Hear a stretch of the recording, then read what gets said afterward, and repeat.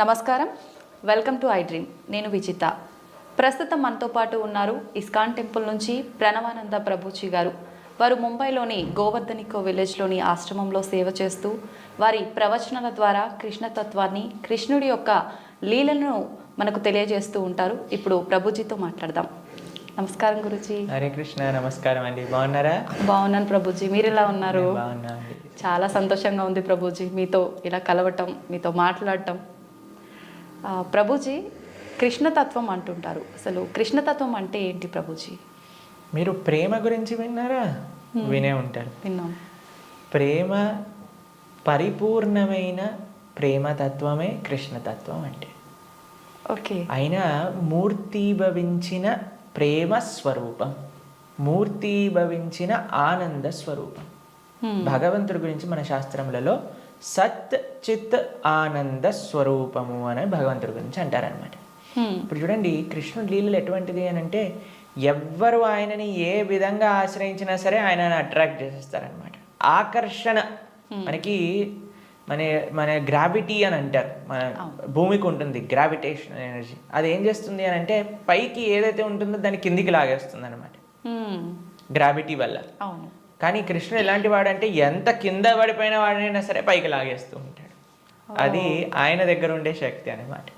ఆయన యొక్క లీలల చేత, ఆయన యొక్క చేష్టితముల చేత, ఆయన యొక్క అద్భుతమైన తత్వం చేత అందరి మనసుని కూడా ఆకర్షించే వ్యక్తి కృష్ణుడు.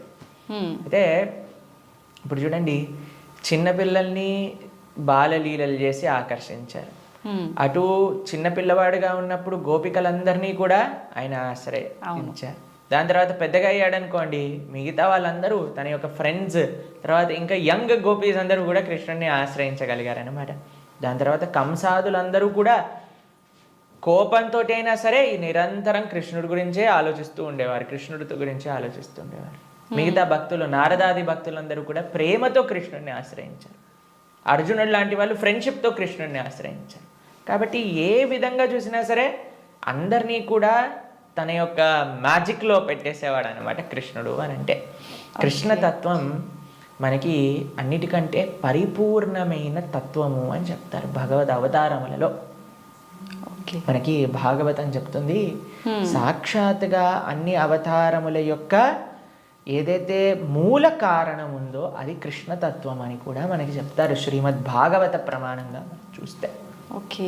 అయితే స్వామి అద్భుతమైన ప్రేమ, ధర్మము, ఆనందము వీటన్నిటితో కూడుకున్న తత్వమే కృష్ణతత్వం అన్నమాట. ఓకే. అయితే ప్రభుజీ, హిందువులు కృష్ణుణ్ణి అసలు ఎందుకు పూజించాలి ప్రభుజీ? హిందువు అని అంటేనే రామకృష్ణాదులందరినీ కూడా ఆరాధన చేసేవారే.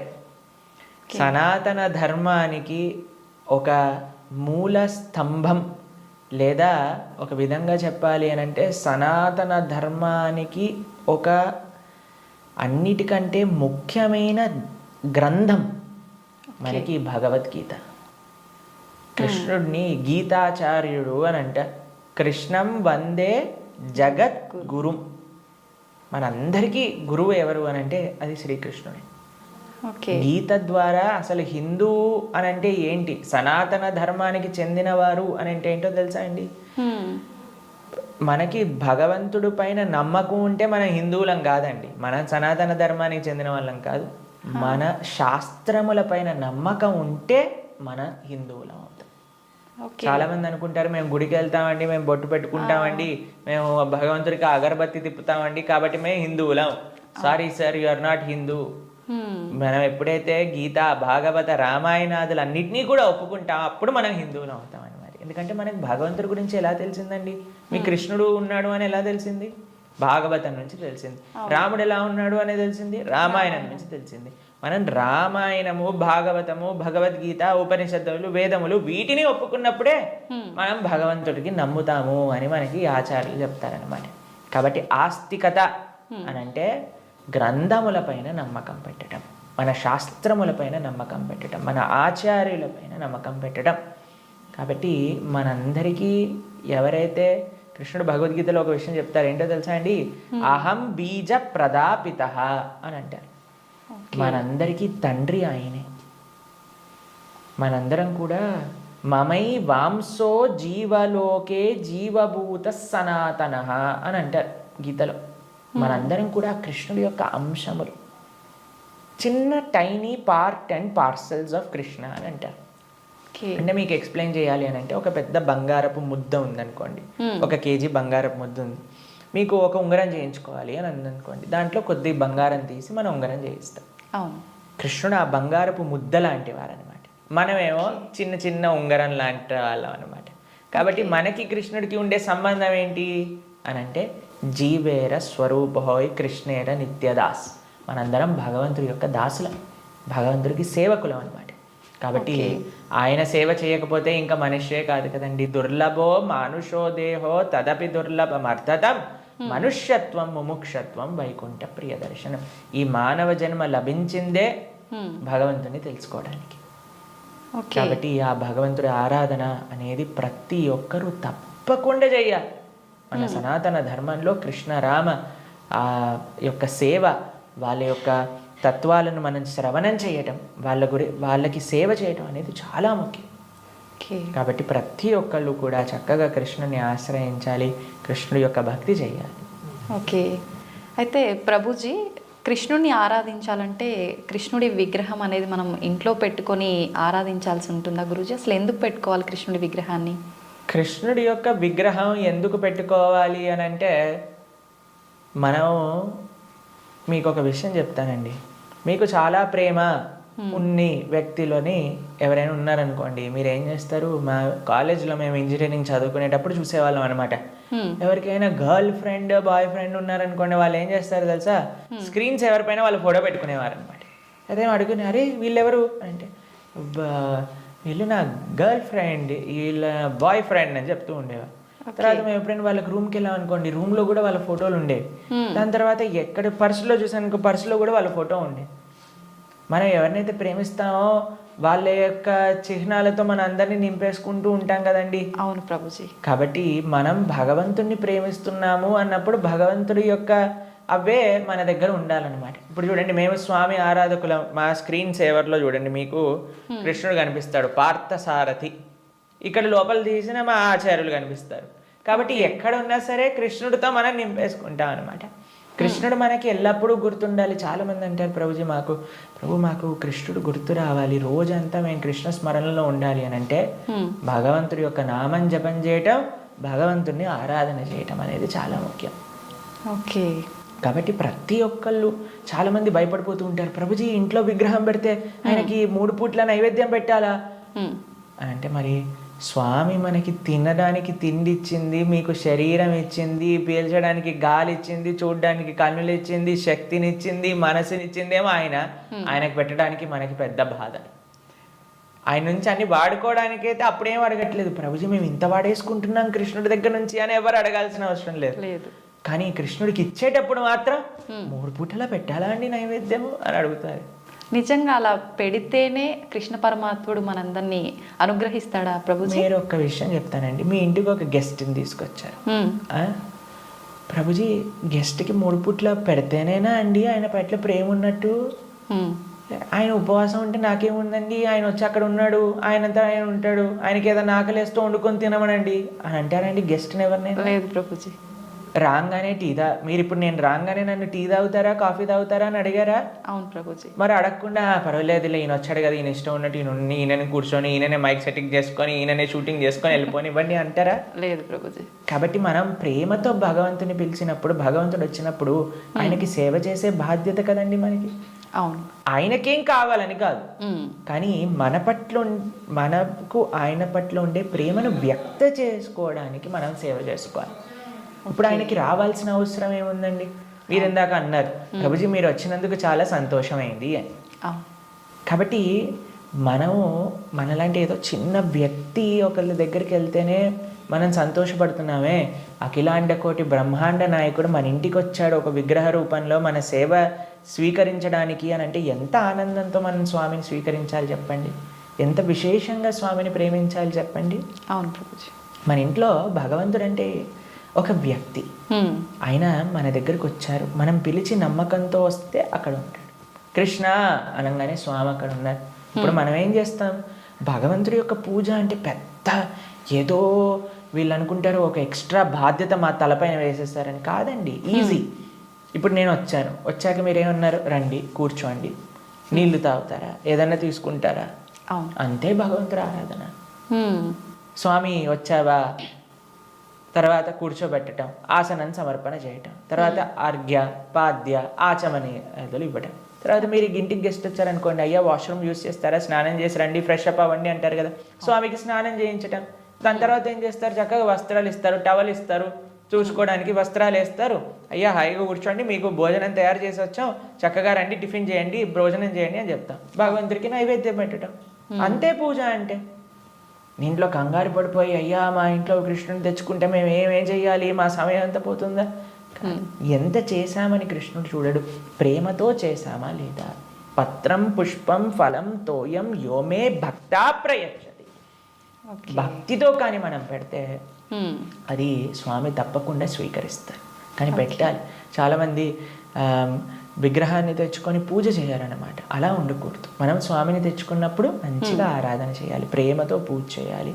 మా భక్తుల ఇంట్లలో మేము చూస్తామండి, ఎంత సుందరమైన శ్రీ విగ్రహాలంటే. ఫర్ ఎగ్జాంపుల్ మీకు ఒక విషయం చెప్తాను. మేము ఆదిలాబాద్ వెళ్తాం అప్పుడప్పుడు. అక్కడ గిరివారి ప్రభు లక్ష్మీలీల మాతాజీ అని డివోటీస్ వాళ్ళ ఇంట్లో విగ్రహాలు ఉన్నాయి.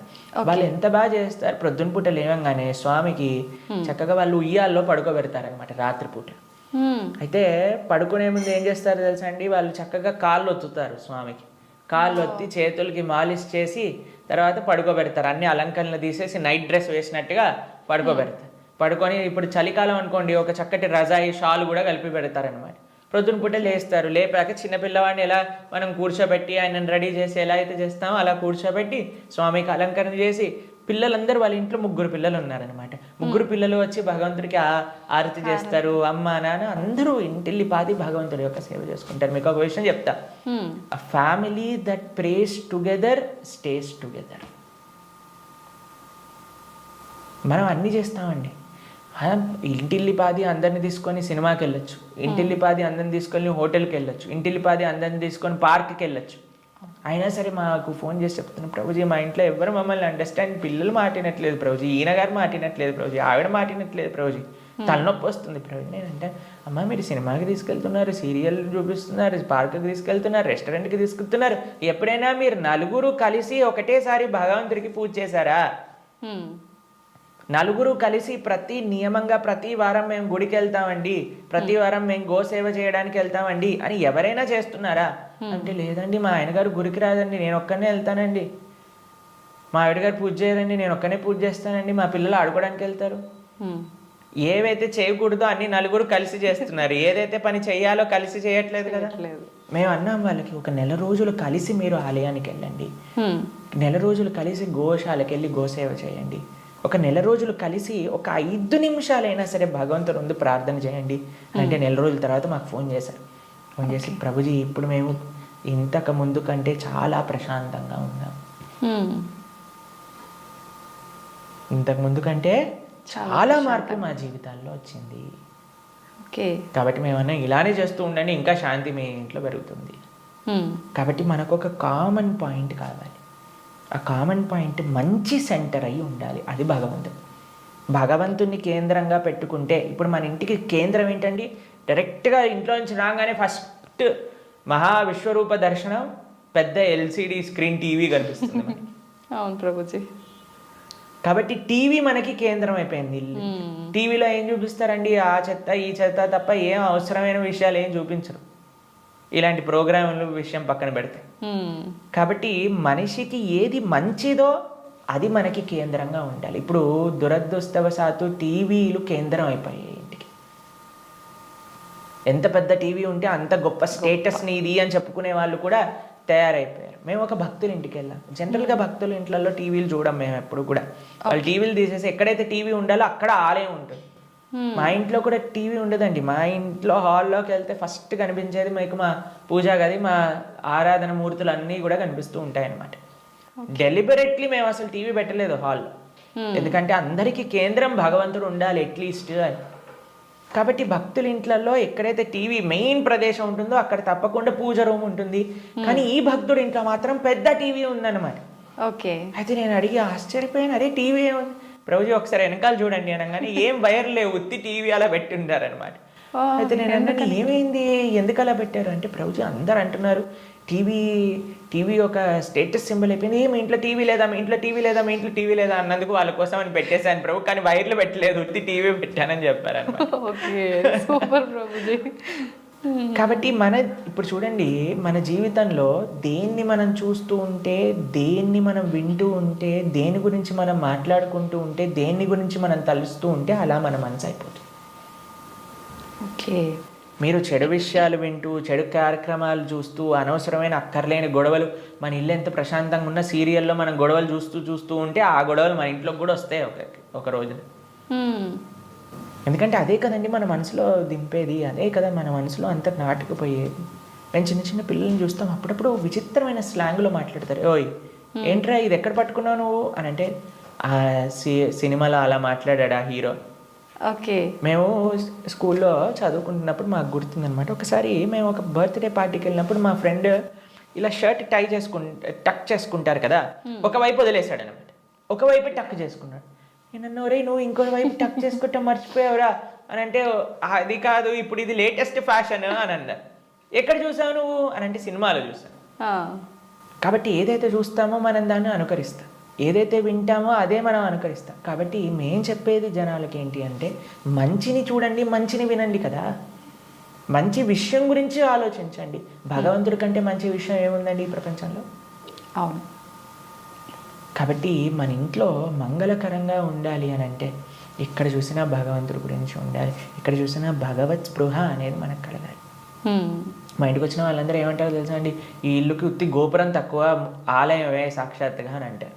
మా అమ్మ వాళ్ళు ఉండే ఇల్లు మా ఇల్లు అని అంటే, మేము ఉండేది ఆశ్రమంలో. కానీ మా పేరెంట్స్ అండి, ఎక్కడ చూసినా మీకు ఎటువైపు చూసినా కృష్ణుడు కనిపిస్తూ ఉంటాడు, కృష్ణుడి యొక్క వివిధ లీలలు కనిపిస్తూ ఉంటాయి. అట్లీస్ట్ మనం మర్చిపోనే స్థితిలో ఉన్నా సరే అటు చూస్తే, ఓ కృష్ణలీల, కృష్ణుడు ఇలా గోవులను కాయడానికి వెళ్తున్నారు, ఇక్కడ గోపికలతో చక్కగా నృత్యం చేస్తూ ఉన్నారు, ఓ ఇక్కడ యశోదమ్మతో ఉన్నారు అని మనకు ఆ స్పృహ రావాలి. కాబట్టి మనం 24 గంటలు మనం ఒక పాజిటివ్ ఎన్వైరన్మెంట్లో ఉండటం వలన, భగవంతుడికి దగ్గరగా ఉండటం వలన అది మనకి మంచిది. కాబట్టి ప్రతి హిందువు అని అంటేనే శ్రీ విగ్రహ ఆరాధన అత్యంత ముఖ్యం. మనము భగవంతుడి యొక్క అస్తిత్వాన్ని, భగవంతుడు అన్నిటికంటే కృప ఏంటో తెలుసా అండి, ఆయనకి ఒక విగ్రహ రూపంలో మన దగ్గరికి రావడం. ఓకే. ఆ కృపని మనందరం, ఈ సనాతన సాంప్రదాయం పాపం మిగతా వాళ్ళకి ఆ అదృష్టం లేదు, వాళ్ళకి ఆ ఆనందం అంటే ఏంటో తెలియదు.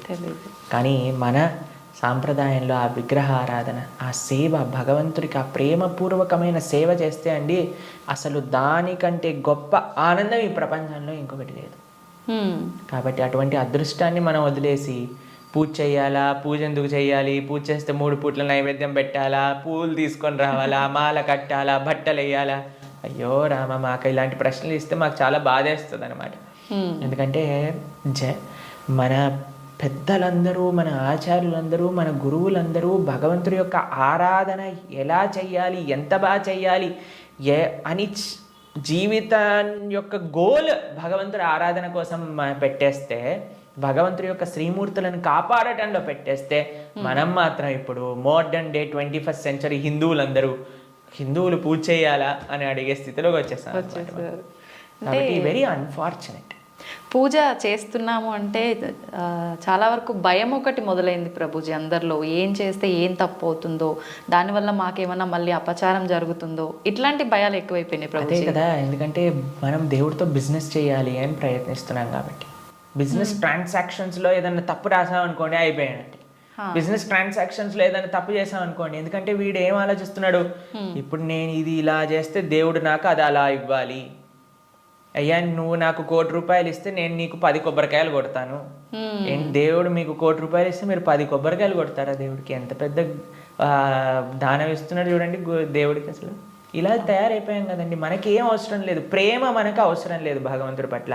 దేవుడా నువ్వు నాకు ఇది ఇవ్వు, నాకు ఆరోగ్యాన్ని ఇవ్వు, నాకు బట్టలు ఇవ్వు, నాకు డబ్బులు ఇవ్వు, నాకు కార్లు ఇవ్వు, నాకు ఇల్లులు ఇవ్వు, నాకు పిల్లలు ఇవ్వు, నాకు పెళ్లి చెయ్యి. మనం తిరుప్పావై ప్రవచనాలు చెప్తూ ఉంటే ఒక మంచి భార్య కోసం తిరుప్పావై వ్రతం చేయొచ్చా, మంచి భర్త కోసం తిరుప్పావై వ్రతం చేయొచ్చా? ప్రతిదీ కూడా మనం మన కోరికలు తీర్చుకోవడానికి భగవంతుని వాడుకుంటున్నాం. ఐ నో ఏటీఎం మషిన్ లాగా కార్డు పెట్టామా, డబ్బులు తీసుకున్నా, దాని తర్వాత వదిలేసాం అంతే. కాబట్టి భగవంతుడు అంటే మనకి సేవ చేయడానికి వచ్చినవాడు కాదండి. భగవంతుడు అంటే మనం ఆయన సేవ చేయాలి, ఆయనను మనం ఆశ్రయించాలి, ఆయనను మనం సేవించాలి. ఇప్పుడు మీకు ఒక విషయం చెప్తానండి. ఒక చిన్న పిల్లవాడు ఉన్నాడు, తల్లి ఇలా ఎత్తుకుంది. మేము చిన్నప్పుడు చూస్తాం, మేము కూడా చేసే ఉంటాం. అప్పుడప్పుడు అమ్మ జుట్టు పట్టుకొని ఇలా పీకుతారు, చూసారా? పిల్లలు ఇలా పట్టుకొని ఇలా పీకేస్తుంటే అమ్మ అంటే ఓ ఇలా ఇలా తీసేసి ఓ మా కన్నా మా బంగారు కొండ అని అంటుంది. అంతేగాని నా జుట్టు పీకినందుకు లాగా ఒకటి పీకి పెడుతుందా పిల్లవాడిని? లేదు ప్రభుజీ. ఎందుకంటారండి? పిల్లల్ని గారాబం చేస్తుంటారు ముద్దుగా, అంటే తెలిసి తెలియని వయసు కదా. ప్రేమ. పాపం వాడికి ఏం తెలుసండి జుట్టు పీకితే నొప్పేస్తుంది మా అమ్మకి అని. కానీ తల్లికి ఆ పిల్లవాడి పైన ప్రేమ అంటే ఏమనిపించదు. అవును, అంతేనా? కొన్నిసార్లు పిల్లలు చూసారా మూత్రం పోసేస్తూ ఉంటారు, ఆ తాతగారు ఎత్తుకున్నప్పుడు అమ్మమ్మ ఎత్తుకున్నప్పుడు ఏమని అంటారా అండి? తీసి పిల్లవాడిని ఇలా పడేస్తారా పాట అని? ఇంకా హ్యాపీగా ఫీల్ అవుతారు. ఎంత ఒకళ్ళని చూసానమాట మేము, ఓ మా పిల్లవాడు మా మనవాడు మూత్రం పోసాడే అని ఎగిలిపోతున్నాడు ఆయన. ఎందుకు? ప్రేమ ఉంది కాబట్టి భగవంతుడు ప్రేమైకమూర్తి. అందుకే కృష్ణుడి గురించి ఏమన్నాం మనం? ప్రేమ స్వరూపం. ఆయనని మాత్రం మనకి తెలియగా, అయ్యా నా భక్తిమాన్, నాకు భక్తి లేదండి, నాకు మంత్రాలు తెలియదు, నాకు నీ పైన అంత ప్రేమ లేదు స్వామి, నాకు తెలిసింది మా గురువులు చెప్పిన విధంగా నీకు పూజ చేస్తున్నా, నువ్వే అన్నిటినీ కాపాడుకో, నువ్వే ఇది ఆరాధన పూర్తి చెయ్యి అని ప్రేమతో చేస్తే స్వామి ఎందుకు అలా చేయడండి? ఎలా చేసినా సరే స్వామి స్వీకరిస్తాం. ప్రేమ ఉండాలంతే. కానీ మనకి ప్రేమ అవసరం లేదు, భగవంతుడు అవసరం లేదు. అయ్యా నువ్వు నాకు ఈ కోరిక తీర్చేసేయ్, ఇదే నాకు నీతో ఉండే సంబంధం, ఇంతే. కాబట్టి ఆధ్యాత్మికవేత్తలు కూడా చేసే అన్నిటికంటే పెద్ద పొరపాటు ఏంటంటే భగవంతుణ్ణి కేవలం భౌతిక కోరికల కోసం ఆశ్రయించాలి అని చెప్పటం అన్నిటికంటే పెద్ద అపరాధం. కాబట్టి ఎప్పుడూ అలా చేయకూడదు. స్వామిని ప్రేమతో ఒక తండ్రిలా, ఒక పిల్లవాడిలా, లేదా ఒక స్వామిలా మనం ఆరాధన చేయాలి. కాబట్టి దాంట్లో ఎప్పుడు తప్పు ఉండదండి. ప్రభుజీ, సాధారణ భక్తులు ఆ రకంగా కృష్ణ భగవాను పూజించిన సేవ చేసుకున్నా కూడా వస్తాడా ప్రభుజీ భగవానుడు? ప్రేమతో పిలిస్తే వస్తారు, ఎవరు పిలిచినా వస్తారు, ఎవ్వరు పిలిచినా ఆయన వస్తారు. వ్యాధస్య ఆచరణం ధ్రువస్య వయః విద్యా గజేంద్రస్య కా కుబ్జాయాం కిము నామ రూపమధికం కిం తత్సుధామోదనం వంశక్కో విదురస్య యాదవపతేరుగ్రస్య కిం పౌరుషం భక్త్యా తుష్టతి నహి గుణైర్భక్తి ప్రియో మాధవ. ఒక 5 ఏళ్ల పిల్లవాడు ధ్రువుడు పిలిచాడు, రాలేదా అండి భగవంతుడు? ఒక ఏనుగు పిలిచింది, గజేంద్రుడు వచ్చాడా లేదా? ఒక కుబ్జ అనే ఒక కురూపి స్త్రీ పిలిచింది, స్వామి కృపనిచ్చేశాడు కదా. ఉగ్రసేన మహారాజు, సుధామ, ఆయన పాపం డబ్బులే లేవు. కృష్ణుడు ఏ కులాన్ని చూసో, లేదా జ్ఞానాన్ని చూసో, లేదా డబ్బుల్ని చూసో, అందాన్ని చూసో, వయస్సుని చూసో, యోగ్యతని చూసో రాడండి. భక్త్యా తుష్టతి నహి గుణైర్భక్తి ప్రియో మాధవ. కృష్ణుడున్నాడు, స్వామి పలుకుతాడు అనే నమ్మకంతో ఎవరైతే పిలుస్తారో, ఇప్పుడు ఎవరైనా ఆ శ్రీ భగవంతుడి యొక్క విగ్రహాన్ని చూసి ఇది బొమ్మ అనుకుంటే బొమ్మలానే ఉంటాడండి. ఇది మట్టితో చేశారా అంటే మట్టే ఉంటాడు. స్వామి ఉన్నాడు అని నమ్మితే ఎక్కడైనా భగవంతుడు ఉంటాడు. ఎవరైనా చెప్పారనుకోండి, అరే ఈ మట్టి విగ్రహంలో భగవంతుడు రావటం అపరాధం అని అంటే వాడికి భగవతత్వం గురించే తెలియదు. మీకు ప్రేమ ఉందనుకోండి, ఎక్కడ పిలిచినా ఒక వ్యక్తి వస్తారు. అవునా కదా? అవును ప్రభుజీ. మేము ఒక ప్రోగ్రామ్కి వెళ్ళామండి. అయితే వాళ్ళు అన్నారు, ప్రభుజీ మా ఈ చిన్న ప్రోగ్రామ్కి వస్తారని మేము అనుకోలేదు ప్రభుజీ, కానీ పిలవంగానే మీరు వచ్చారు. ఒక చిన్న వ్యక్తినండి, ఒక ఇన్సిగ్నిఫికెంట్ పర్సన్ లైక్ మీ ఒక దగ్గరికి వెళ్తే వాళ్ళు ఎంత ఆనందపడ్డారు. అరే మా ప్రదేశానికి కూడా వస్తారా, మా ఇంటికి వస్తారా ప్రభుజీ అని ఆనందపడ్డారు. అదే ప్రేమతో పిలిస్తే భగవంతుడు రాడు ఈ వస్తువులోకి అని చెప్తే అసలు భగవంతుడు ప్రేమ ఉన్నట్టేనా? అసలు ఆయనకు భగవంతుడి గురించి తెలిసినట్టేనా? లేదు. కాబట్టి ఎవరైతే విగ్రహాలను దూషిస్తారో most unfortunate and most ignorant people in the entire creation. మా స్వామికి మనం అంటే ప్రేమ, మనందరం అంటే ప్రేమ, కాబట్టి మనం ఎక్కడికి పిలిచినా ఆయన వస్తారు. కాబట్టి ఆ ప్రేమ ఎవరు పిలుస్తారు అని కాదండి, ఎవ్వరు పిలిచినా సరే ప్రేమతో నమ్మకంతో కృష్ణుడు ఉన్నాడు. ద్రౌపదీదేవి పిలిచినప్పుడు రాలేదా అండి? ఏమైనా చూసుకున్నాడు ఆయన? యోగ్యతలు ఏం చూసుకోలేదే. ఎవ్వరు పిలిచినా ఆయన వస్తారు అన్నమాట. ఆయన రెడీగా ఉంటారు. ఆయన ఇలా ఉంటాడు, రెడీ టు జంప్ అన్నట్టుగా. ఎవరు పిలుస్తారు, ఎవరి దగ్గరికి వెళ్ళాలి అని. కానీ మనం ఏం చేస్తామండి, మన సంరక్షణ మనం చూస్తాం. అయ్యా నేను ఎలా నన్ను కాపాడుకోవాలి అని చూసుకుంటాం. కాబట్టి ఆయన హ్యాపీగా అక్కడ ఉంటారు. అయ్యా నాదేం బాధ్యత కాదు స్వామి, నీదే తండ్రి అని మనం చేతులు ఎత్తేసాం అనుకోండి, ఆయన మనల్ని కాపాడు. ఓకే ప్రభుజీ, కృష్ణ భగవానుని అవతార పరిసమాప్తి ఎలా జరిగింది ప్రభుజీ? భగవంతుడి యొక్క, మీరు అడిగినట్టుగా కరెక్ట్ విషయం అడిగారు. అవతార పరిసమాప్తి ఇలా చెప్పాలి కృష్ణుడిని సంబోధించినప్పుడు, లేదా రాముడిని, ఏ భగవంతుడి యొక్క అవతారమైనా సరే. భగవంతుడికి పుట్టుక ఉండదండి. జన్మ కర్మచమే దివ్యం. భగవంతుడు ఏం చెప్పారు? ఆయనది దివ్యమైన జన్మ. దాన్ని మనం అవతారము అని అంటాం. ఇప్పుడు మీరు ఎప్పుడైనా చెప్తారా, రోజు ప్రొద్దున పూట సూర్యుడు పుడతాడు, సాయంత్రం పూట చనిపోతాడు అని అంటారా? లేదు. ఏమంటాం మనం? సూర్యుడు ఉదయించాడు, అస్తమించాడు, అంతేనా? అవును ప్రభుజీ. భగవంతుడు కూడా ఉదయిస్తాడు, భగవంతుడు కూడా అస్తమిస్తాడు. సూర్యుడు అస్తమిస్తాడు అంటే పోయినట్టేనా? ఇంకా ఆయన నీకు కనిపించట్లేదు, కానీ ఇంకెక్కడ ఉన్నట్టే కదా. అవును. ఇప్పుడు మనకి ఇండియాలో సూర్యాస్తమయం అయిపోయింది అని అంటే ఇంకో దేశంలో సూర్యోదయం అవుతున్నట్టు కదా. కాబట్టి భగవంతుడు ఎప్పుడూ ఎల్లప్పుడూ కూడా ఆయనకి మరణము అనేది ఉండదు, జన్మ అనేది ఉండదు. ఆయన మన పైన కృపతో అవతారాన్ని స్వీకరిస్తారనమాట. ఓకే, మీకు ఒక విషయం చెప్తాను. కొంతమందికి మెమరీ లాస్ పేషెంట్స్ ఉంటారు. మెమరీ లాస్ పేషెంట్స్ దగ్గరికి ఏం చేస్తారంటే అండి, వాళ్ళకి ఇంతకు ముందు ఉండే మెమరీస్ని చూపిస్తారనమాట. వాళ్ళ పిల్లల్ని, లేదా వాళ్ళు చిన్నప్పుడు తీసిన ఫొటోస్ని, వాళ్ళు ఉన్న ఊర్లని, అవన్నీ ఇలా చూపిస్తూ ఉంటారనమాట. చూపిస్తూ ఉంటే కొన్నిసార్లు ఏదో ఒకటి వాళ్ళ బ్రెయిన్కి ఇలా క్లిక్ అయ్యి అప్పుడు వాళ్ళు గుర్తుపట్టడం ప్రారంభిస్తారనమాట. వాళ్ళు ఎక్స్టర్నల్ కాన్షియస్నెస్లోకి వస్తారు. భగవంతుడి యొక్క అవతారం ఎందుకోసము అని అంటే, మనందరం ఈ సంసార సాగరంలో పడి కొట్టుకుపోతున్నాము. ఏదో మనం కూడా మెమరీ లాస్ అయిపోయినట్టు ఇదే నా వాళ్ళు, ఇదే నా ప్రపంచం, ఇదే నా ఇల్లు అని తిరుగుతున్నారు. వీడి నిజమైన స్వరూపాన్ని చూపించాలి అని స్వామి అవతరించి, స్వామి యొక్క లీలల ద్వారా, రామాయణ భాగవతాదుల ద్వారా, అయ్యా ఇది నువ్వు ఈ ప్రదేశానికి చెందినవాడివి అని మనకు చూపిస్తారు. అప్పుడు ఓ నేనైతే ఈ మనుష్యుని కాదా, ఓ అయితే ఇది నేను ఈ కులానికి చెందినవాడిని కాదా, ఈ ప్రాంతానికి చెందినవాడిని, నేను కృష్ణుడి దాసున్నా, నేను ఉండాల్సింది ఆ భగవంతుడి యొక్క లోకంలో కదా అని మనం కూడా మర్చిపోయిన వాళ్ళకి కొద్దిగా బుద్ధిని ఇవ్వడానికి స్వామి అవతార స్వీకారం చేస్తారనమాట. మనందరం పడిపోయి ఈ సముద్రంలో పడిపోవటం అంటే ఏంటండి? మునిగిపోవటం. అవును. కానీ సముద్రంలో మునిగేవాడిని కాపాడాలి అని అంటే ఎక్కడో ఆకాశం నుంచి కాపాడలేదు కదండి, ఆయన కూడా సముద్రంలోకి రావాలి కదా. అలా భగవంతుడు కూడా ఈ ప్రపంచంలో దిగి మనల్ని పట్టుకొని బయటికి తీసుకురావడానికి ఆయన యొక్క అవతారాన్ని స్వీకరిస్తారు. ఆ ప్రయోజనం అయిపోయినట్టు ఏంటి ప్రయోజనం భగవంతుడు అవతరించడానికి? భగవద్గీతలో కృష్ణుడు చెప్పారు, యదా యదా హి ధర్మస్య గ్లానిర్భవతి భారత. అయ్యా ఎక్కడైతే ధర్మం నశిస్తుందో అక్కడక్కడ నేను అవతరిస్తా.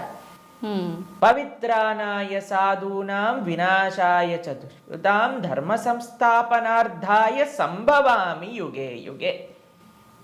అయ్యా ఎక్కడైతే భక్తుల్ని కాపాడాలో, ఎక్కడైతే ఆ ధర్మాన్ని నాశనం చేయాలో, ధర్మాన్ని స్థాపన చేయాలో అక్కడ నేను అవతరిస్తాను అని. కాబట్టి అప్పుడప్పుడు భగవంతుడు వివిధ రూపాలలో అవతరిస్తారు. అవతారం అయిపోయింది అంటే ఆ ప్రయోజనం అయిపోయింది అన్నప్పుడు అవతార పరిసమాప్తి చేస్తారనమాట. కాబట్టి చాలామంది కృష్ణుడు చనిపోయాడు, కృష్ణుడు పుట్టాడు. కృష్ణుడు పుట్టలేదండి, కృష్ణుడు చనిపోలేదు. కృష్ణుడు అవతరించారు, కృష్ణుడు అవతార పరిసమాప్తి చేశారు. మనం పుట్టంగానే అని ఏడుస్తూ ఉంటారు. ఏడవకపోయినా సరే, ఎవరైనా ఏడవకపోతే ఏం చేస్తారంటే డాక్టర్ వచ్చి 2 వేస్తాడనమాట. ఏడవాలి మనం. కానీ కృష్ణుడు పుట్టినప్పుడు తెలుసా అండి, నవ్వుతూ పుట్టాడు. అమ్మ నాన్న ఆశ్చర్యపోయాడు. జలధరుదేహు నాజాను చతుర్బాహు సరసీరు జాక్షు విశాలాక్షు జారు గదా శంఖ చక్ర పద్మ విలాసు కంఠ కౌస్తుభమణి కాంతిబాను కమనీయ కటిసూత్ర కంకణ కేయూర శ్రీవత్సలాంఛనాంచిత విహారు సురకుండల ప్రభాయుత కుంటల లాటు వైఢూర్య మణి గణవరి కిరీటు బాలు పూర్ణేందు రుచిజాలు సుగుణాల బాలు భక్తలోక పాలు కృపావిశాలు జూచి తిలకించి పొలకించి ఒబ్బి చెలరేగ వసుదేవుడు ఉత్సహింపే అని అంటారనమాట భాగవతంలో. అంత ఆనందపడిపోయేవారు కృష్ణుని చూశాక. వసుదేవుడు పుట్టంగానే శంఖచక్ర గదా పద్మములు పట్టుకొని వసుదేవుడు అంతా ఆనందపడ్డారనమాట కృష్ణుడు అవతరించినప్పుడు. ఎప్పుడైనా మీరు చూసారండి పిల్లవాడు పుట్టినప్పుడు నాన్న అమ్మ బాగున్నారా మీరు అని అడగటం? కానీ కృష్ణుడు పుట్టంగానే వాళ్ళ చరిత్రలు మొత్తం కూడా చెప్తారు, వసుదేవుడిది ఇంకా దేవకీ దేవిది. దాంతోపాటు ఎంత ఆనందంగా అంటే చతుర్భుజ రూపంలో ఎవరైనా పిల్లలు చూసారా శంఖచక్రం పట్టుకొని రావటం? లేదు. కాబట్టి మనందరం ఏడుస్తూ పుట్టాం కాబట్టి మనది జన్మ. కానీ కృష్ణుడు నవ్వుతూ ఆయన యొక్క స్వరూపంతో అవతరించి తల్లిదండ్రుల్ని ఉద్ధరింపజేయడానికి స్వీకరించిన అవతారము అని అంటారు. కాబట్టి భగవంతుడికి ఎలా అయితే పుట్టుక లేదో అలానే మరణము కూడా లేదు. స్వామి ఎప్పుడు కూడా ఈ వర్డ్ యూజ్ చేయకూడదు కృష్ణుడి దగ్గర. కృష్ణుడు చనిపోయాడట, రాముడు చనిపోయాడట, ఇవన్నీ మనం అపరాధం అవుతుంది అనమాట. కాబట్టి మనం కరెక్ట్గా మీరు చెప్పిన వర్డ్గా అవతార పరిసమాప్తి. కృష్ణుడి యొక్క అవతార పరిసమాప్తి ఎలా జరిగింది? మేము ఇన్స్టాగ్రామ్లలో యూట్యూబ్లలో ప్రకారంగా చెప్పట్లేదు, శాస్త్రంలో ఏ విధంగా ఉందో ఆ విధంగా చెప్తున్నాం. కాబట్టి దీంట్లో చాలా తేడా ఉంది. ఎందుకంటే మాకు అప్పుడప్పుడు రీల్స్ పంపిస్తూ ఉంటారు, అందులో ఏదో కృష్ణుడు ఇలా అయిపోయాడట అలా అయిపోయాడట అని చెప్తూ ఉంటారు. దాన్ని నమ్మకండి. మీరు శాస్త్రాన్ని అధ్యయనం చేసిన వాళ్ళు ఏం చెప్తున్నారు, అలానే ఇప్పుడు ప్రతి ఒక్కరు కూడా కృష్ణుడి గురించి మాట్లాడడానికి రెడీ అయిపోయారు. ప్రతి ఒక్కళ్ళు కూడా ధర్మం గురించి మాట్లాడడానికి రెడీ అయిపోయారు. ప్రతి ఒక్కళ్ళు కూడా సాధువుల్ని ప్రశ్నించడానికి రెడీ అయిపోయారు. కానీ సాధన ఏమీ లేదు, శాస్త్ర అధ్యయనం ఏమీ లేదు, సేవ ఏమీ లేదు. ప్రతి ఒక్కరికి మైక్ వచ్చింది కదా, కెమెరా ఉంది కదా అని మాట్లాడుతున్నారు అనమాట. కానీ అది కాదండి కరెక్ట్ విధానం. తత్విద్ధి ప్రణిపాతేన పరిప్రశ్నేన సేవయా ఉపదేశంతితే జ్ఞానం జ్ఞానిన తత్వదర్శిన. ఒక గురువు దగ్గరికి వెళ్ళి సేవ చేస్తూ ఎంత కష్టం తెలుసా అండి మీకు? ఒక విధంగా శాస్త్రం విషయాలు నేర్చుకోవాలి అని అంటే ఆ నమ్మకం, ఆ డెడికేషన్, ఆ ఇంట్రెస్ట్, ఆ సేవ, పరిప్రశ్న ఇవన్నీ కావాలి మనకి. ఇప్పుడు ఒక విషయం మనకి టీవీ మాధ్యమంగానో మన ఇంటర్నెట్ మాధ్యమంగానో అన్ని సులభము అయ్యాయి. ఆ సులభం అవ్వటంలో రెండు ఉన్నాయి. ఎవరైనా మాట్లాడింది మనం నమ్మేస్తాం. అలా కాదు. మనం ఎప్పుడు మేము ఒకటే విషయం చెప్తాం, ఎవరైతే సాధువులు చక్కటి పరంపరాగతంగా జ్ఞానాన్ని నేర్చుకున్నారో, ఎవరైతే శాస్త్ర అధ్యయనం చేశారో అటువంటి వాళ్ళ దగ్గర నుంచి మనం వినాలి. ఎవరైతే గురువుల్ని ఆశ్రయించి గురువుల దగ్గర నుంచి విన్న వాళ్ళు ఉన్నారు, ఎవరైతే జీవితంలో సొంతంగా దాన్ని సాధన రూపంగా వాళ్ళు చేస్తున్నారో అటువంటి వాళ్ళ దగ్గర నుంచి వినాలి. కాబట్టి మనకి భాగవతం చెప్తుంది, భగవంతుడు ఒకానొక సమయంలో అయ్యా ఈ ప్రపంచంలో ఉండే అధర్మ మొత్తం కౌరవుల వైపు ఒక్కసారి అందరినీ గ్యాదర్ చేసేసి కంప్లీట్ చేసేస్తాను అనమాట. ఇక అయిపోయింది అని అనుకున్నప్పుడు ఆయన చక్కగా ఒక దగ్గర ప్రభాస క్షేత్రము అనే ప్రదేశంలో ఆయన ఇలా ఉన్నారనమాట. ఉన్నప్పుడు ఒక వేటగాడు వచ్చి ఒక జింకని వేటాడుతున్న ఆయన కృష్ణుడి యొక్క పాదాన్ని, శ్రీపాదాలను చూస్తూ జింకలా అనుకొని బాణాన్ని వేశారు. వేసినప్పుడు అది కృష్ణుడి యొక్క పాదానికి తాకింది. మీకు ఒక విషయం చెప్తాను, లాజికల్గా ఆలోచిద్దాం. మీ అందరికీ లాజిక్ థింకింగ్ చాలా ఎక్కువ కదండి. పాదాలలో బుల్లెట్ దిగింది అని అనుకుందాం, బాణం కూడా పక్కన పెట్టేసేయండి, చనిపోయాడు అని మీరు ఎప్పుడైనా విన్నారా? లేదు. మన సీరియళ్ళల్లో సినిమాలలో అయితే ఇక్కడ బుల్లెట్ తగినా సరే లేచి నించొని మళ్ళీ మాట్లాడిన వాళ్ళు ఉన్నారు. కాబట్టి పాదాలలో బాణం తలిగితే ఎలా కృష్ణుడిని అవతార సమాప్తి చేశారు, శరీరాన్ని చాలించేశారు అని ఎలా చెప్తాను చెప్పండి? కాబట్టి అదొక లీల. ఎందుకండి కృష్ణుడు ఇలా లీల చేశారు? ఎందుకంటే ఆయన చనిపోయాడు అని చెప్పడానికి కొంతమందికి వీలు చూపించాలి కదా. కృష్ణుడు అండి ఈజ్ నాట్. ఇప్పుడు కొంతమంది అంటారు, మా దేవుణ్ణి నమ్మకపోతే నువ్వు నరకానికి వెళ్ళాల్సిందే. కృష్ణుడు అలాంటి వాడు కాదనమాట. కాబట్టి అయ్యా నువ్వు నన్ను నమ్ముకో, నేను నీకు కావాల్సినంత శ్రద్ధ, విశ్వాసం, భక్తిని ఇస్తాను. నువ్వు నన్ను నమ్మకు, నీకు కావాల్సినన్ని రీజన్స్ ఇస్తాను నన్ను నమ్మకపోవడానికి. కాబట్టి అటువంటి వాళ్ళకు ఒక రీజన్ ఇవ్వడానికి అనమాట. భక్తులకి భగవంతుడు అంటే ఎంత అపరిమితమైన ప్రేమ ఉంటుంది అని అంటే స్వామి యొక్క అవతార పరిసమాప్తి గురించి ఎందుకంటే స్వామి యొక్క ఈ ప్రపంచంలో ఇలా ఉన్న స్వామి అక్కడ ఉన్న భక్తులకు ఒకటే. అప్పుడు జరా అనేవాడికి ఏం చెప్పారు, అయ్యా తప్పైపోయింది స్వామి, నీ శ్రీపాదానికి నేను బాణం వేసా అంటే ఏం కంగారు పడకు, నువ్వు వైకుంఠానికి వెళ్ళిపో అంటే ఆయన ప్రదక్షిణ చేసి ఆయన వైకుంఠానికి వెళ్ళిపోతాడు బాణం వేసినోడు. కానీ బాణం తలిగిన వాడేమో చనిపోయాడు, శరీరాన్ని విడిచిపెట్టేశారు. ఒకళ్ళు చెప్తున్నారు కృష్ణుడు నరకంలో ఉన్నాడట. ఏంటండి, బాణం వేసిన వాడిని వైకుంఠానికి పంపించి ఈయనెందుకు నరకానికి వెళ్తారు చెప్పండి. కాబట్టి భాగవతం ఏం చెప్తుంది అని అంటే, ఆయన కృష్ణుడు అలానే నవ్వుతూ అందరూ దేవతలందరూ కూడా వాళ్ళ వాళ్ళ వాహనాలలో ఆకాశాన్ని మొత్తంలో కూర్చొని, అయ్యా మా కోసం నువ్వు అవతరించావు, ఇంతమంది దుష్టుల్ని సంహరించావు అని పుష్పవృష్టి కురిపిస్తుండగా స్వశరీరంతో, అలాని శరీరం వదిలేసి కృష్ణుడు ఆత్మ వెళ్ళిపోయింది. కృష్ణుడికి ఆత్మ మనలాగా శరీరం వేరు వేరు కాదు, ఆయన సచ్చిదానంద స్వరూపం. మొత్తం ఆయనకి ఆత్మ వేరు, శరీరం వేరు, హార్ట్ వేరు అలా ఉండదండి. స్వామి ఒకటే ఒక అద్భుతమైన స్వరూపం అనమాట. ఆ స్వశరీరంతో ఆయన యొక్క నిత్యధామానికి వెళ్ళిపోయారు. శ్రీవైకుంఠం గోలోకానికి ఆయన చేరుకున్నారనమాట. కాబట్టి ఆయన అవతరిస్తారు, అవతార పరిసమాప్తి చేస్తారు. Appears and disappears. అది భగవతత్వం. ప్రభుజీ, కృష్ణ భక్తుల్ని ఏమంటారు గురూజీ, ఏమని పిలుస్తారు? భగవంతుణ్ణి ఆశ్రయించిన వాళ్ళని, కృష్ణుని విష్ణువుని ఆశ్రయించిన వాళ్ళని వైష్ణవులు అని పిలుస్తారనమాట. కాబట్టి మనకి చాలా మందికి తెలియదు పాపం. చాలా మంది అడుగుతుంటారు వైష్ణవులు అంటే ఏంటి ప్రభుజీ, ఏదైనా కులమా అని అడుగుతుంటారు. వైష్ణవులు అంటే కులం కాదండి, భగవంతుని విష్ణువుని ఆశ్రయించిన వాళ్ళు వైష్ణవులు. కాబట్టి కృష్ణ భక్తులను ఎక్స్క్లూజివ్గా భగవంతున్నే శరణాగతి చేసిన వాళ్ళని వైష్ణవులు, శరణాగతులు అని అంటారనమాట.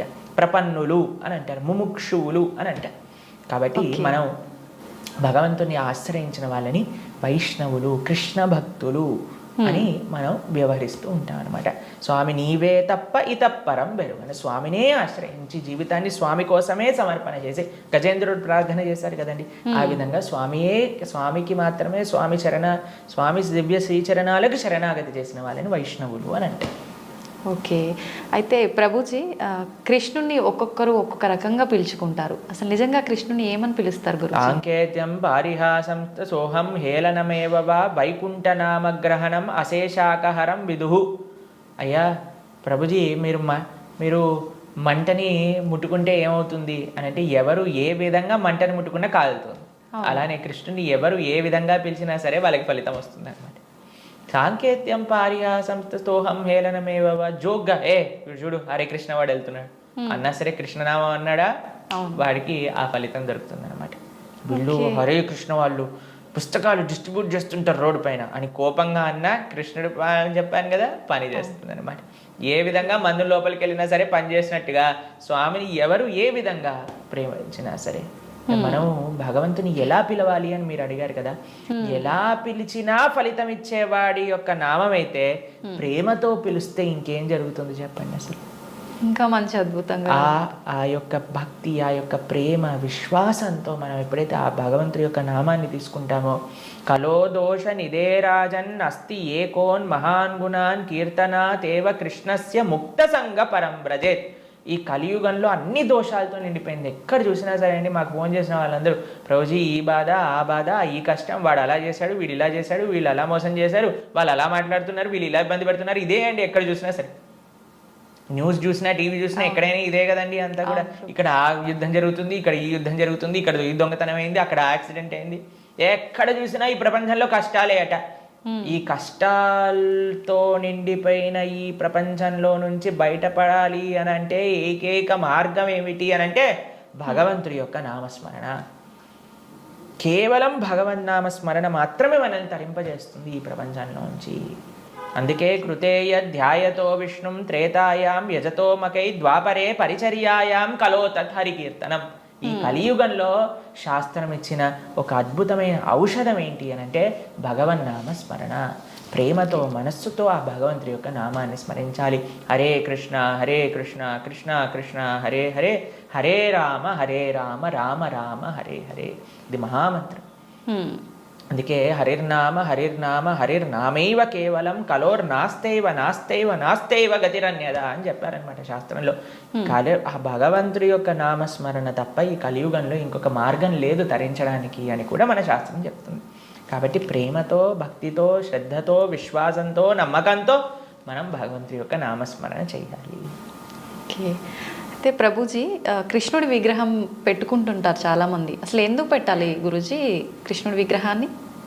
ఇందాక మనం మాట్లాడుకున్నట్టుగా మనకి ఏ వ్యక్తి పైన అయితే ప్రేమ ఉంటుందో ఆ వ్యక్తి యొక్క స్వరూపం మన దగ్గర ఉంటుంది. కాబట్టి మన యొక్క స్వరూపమే భగవంతుడి యొక్క దాసులు. కాబట్టి భగవంతుడిని ఆరాధన చేయాలి. మనం చాలామంది చేసే తప్పు ఏంటంటే స్వామి లేకుండా అమ్మని, అమ్మ లేకుండా స్వామిని ఆరాధన చేస్తూ ఉంటారు. అలా కాదు, మనం రాధాకృష్ణుని ఇరువురిని ఆరాధన చేయాలి. మీరు ఇంట్లో శ్రీ విగ్రహాలను పెట్టుకుంటున్నారు అని అంటే ఆరాధన కూడా తప్పకుండా చేయాలి. భగవంతుడికి నైవేద్యం పెట్టడం, ఆరతి ఇవ్వటం, ఉత్సవాలు జరపటం, అభిషేకాలు చేయటం, వీటన్నింటినీ కూడా చక్కగా చేసుకోవాలి. ఇది ప్రియారిటీగా చేసుకోవాలి. ఇది చేసుకుంటే మీ జీవితంలో ఆనందం వస్తుందండి. మిగతాది ఏది చేసినా ఆనందం రాదు. కాబట్టి మనం ప్రణవానంద దాస్ అనే యూట్యూబ్ ఛానల్లో మనకి సదాచారం కోర్సులో మనం ఎలా భగవంతుడి యొక్క ఆరాధన చేయాలి అని చెప్పి ఉన్నాం. దాన్ని తప్పకుండా శ్రవణం చేయండి. అలానే భగవంతుడి యొక్క శ్రీ విగ్రహాలు మీరు తీసుకునే ముందు మనం సంపూర్ణ భాగవతాన్ని చెప్పుకున్నాం. గీతా భాగవతాలు మన ప్రణవానంద దాస్ అనే ఛానల్లో మీకు లభిస్తాయి. ఈ మొత్తం సిరీస్ని శ్రవణం చేయండి. అప్పుడు మీకు అసలు ఎందుకు నేను భగవంతుని ఆరాధన చేయాలి అనే దానిపైన క్లారిటీ వస్తుంది. దాని తర్వాత ఎలా ఆరాధన చేయాలి అనేది మీరు తర్వాత చూసుకుందరు. కానీ కాబట్టి మనం హిందువులుగా కేవలం నేమ్ సేక్ హిందూస్ అవ్వకూడదు. కేవలం బొట్టు పెట్టుకునే హిందూస్ అవ్వకూడదు. శనివారం ఉపవాసం చేసే హిందువులం అవ్వకూడదు. సంవత్సరానికి ఒకసారి వెంకటేశ్వర స్వామి దర్శనం చేసుకునే హిందువులం అవ్వకూడదు. మనం అవ్వాలి అని అంటే ఈ మన సనాతన ధర్మం యొక్క తత్వం ఏంటి, గీతా భాగవతాలు ఏం చెప్తున్నాయి, అసలు హిందూ అంటే ఏంటి అని ఫస్ట్ తెలుసుకోండి. దాని తర్వాత మీ జీవితంలో ఒక పర్పస్ అనేది మీకు లభిస్తుంది. నిజంగా అసలు చాలా మంచి విషయం గురువు గారు ఇదైతే. అసలు చాలామంది నిజంగా మీరు అన్నట్టు భగవంతుని పూజించాలి అంటే ఏదో మొక్కుబడికి పూజించడమే కానీ నిజంగా ఒక ప్రేమ అభిమానాలతోటి ఆ భగవంతుని కనుక పూజిస్తే మీరు చెప్పిన ఆ కృష్ణలీలలన్నీ చూపిస్తాడనేది నిజంగా చాలా మంచి విషయం ప్రభుజీ. నిజంగా భక్తుడు అంటే ఎవరు ప్రభుజీ? భగవంతుడి పట్ల పరిపూర్ణమైన నమ్మకం ఉన్నవాడు భక్తుడు. సుఖాలు వచ్చినా, దుఃఖాలు వచ్చినా, అవమానాలు వచ్చినా, పొగడతలు వచ్చినా, మన జీవితంలో ఏ సిచ్యువేషన్ వచ్చినా సరే మనం భగవంతుణ్ణి ఆశ్రయించి ఆయన పట్ల నమ్మకం ఉన్నవాడు భక్తుడు. చాలాసార్లు ఏమవుతుందంటే అండి, మనకి మంచి జరుగుతున్నప్పటి వరకు వెరీ గుడ్, మనం చాలా భగవద్భక్తులం అని అంటే, కానీ ఏదన్నా చెడు జరిగిపోయింది ఏమనుకోండి, నాకెందుకు ఇలా జరిగింది, నేను ఇంత మంచివాడిని, ఆయన ఎందుకు అలా చేయలేదు, కాబట్టి ఈయన నాకొద్దు అని అంటారు చాలా మంది.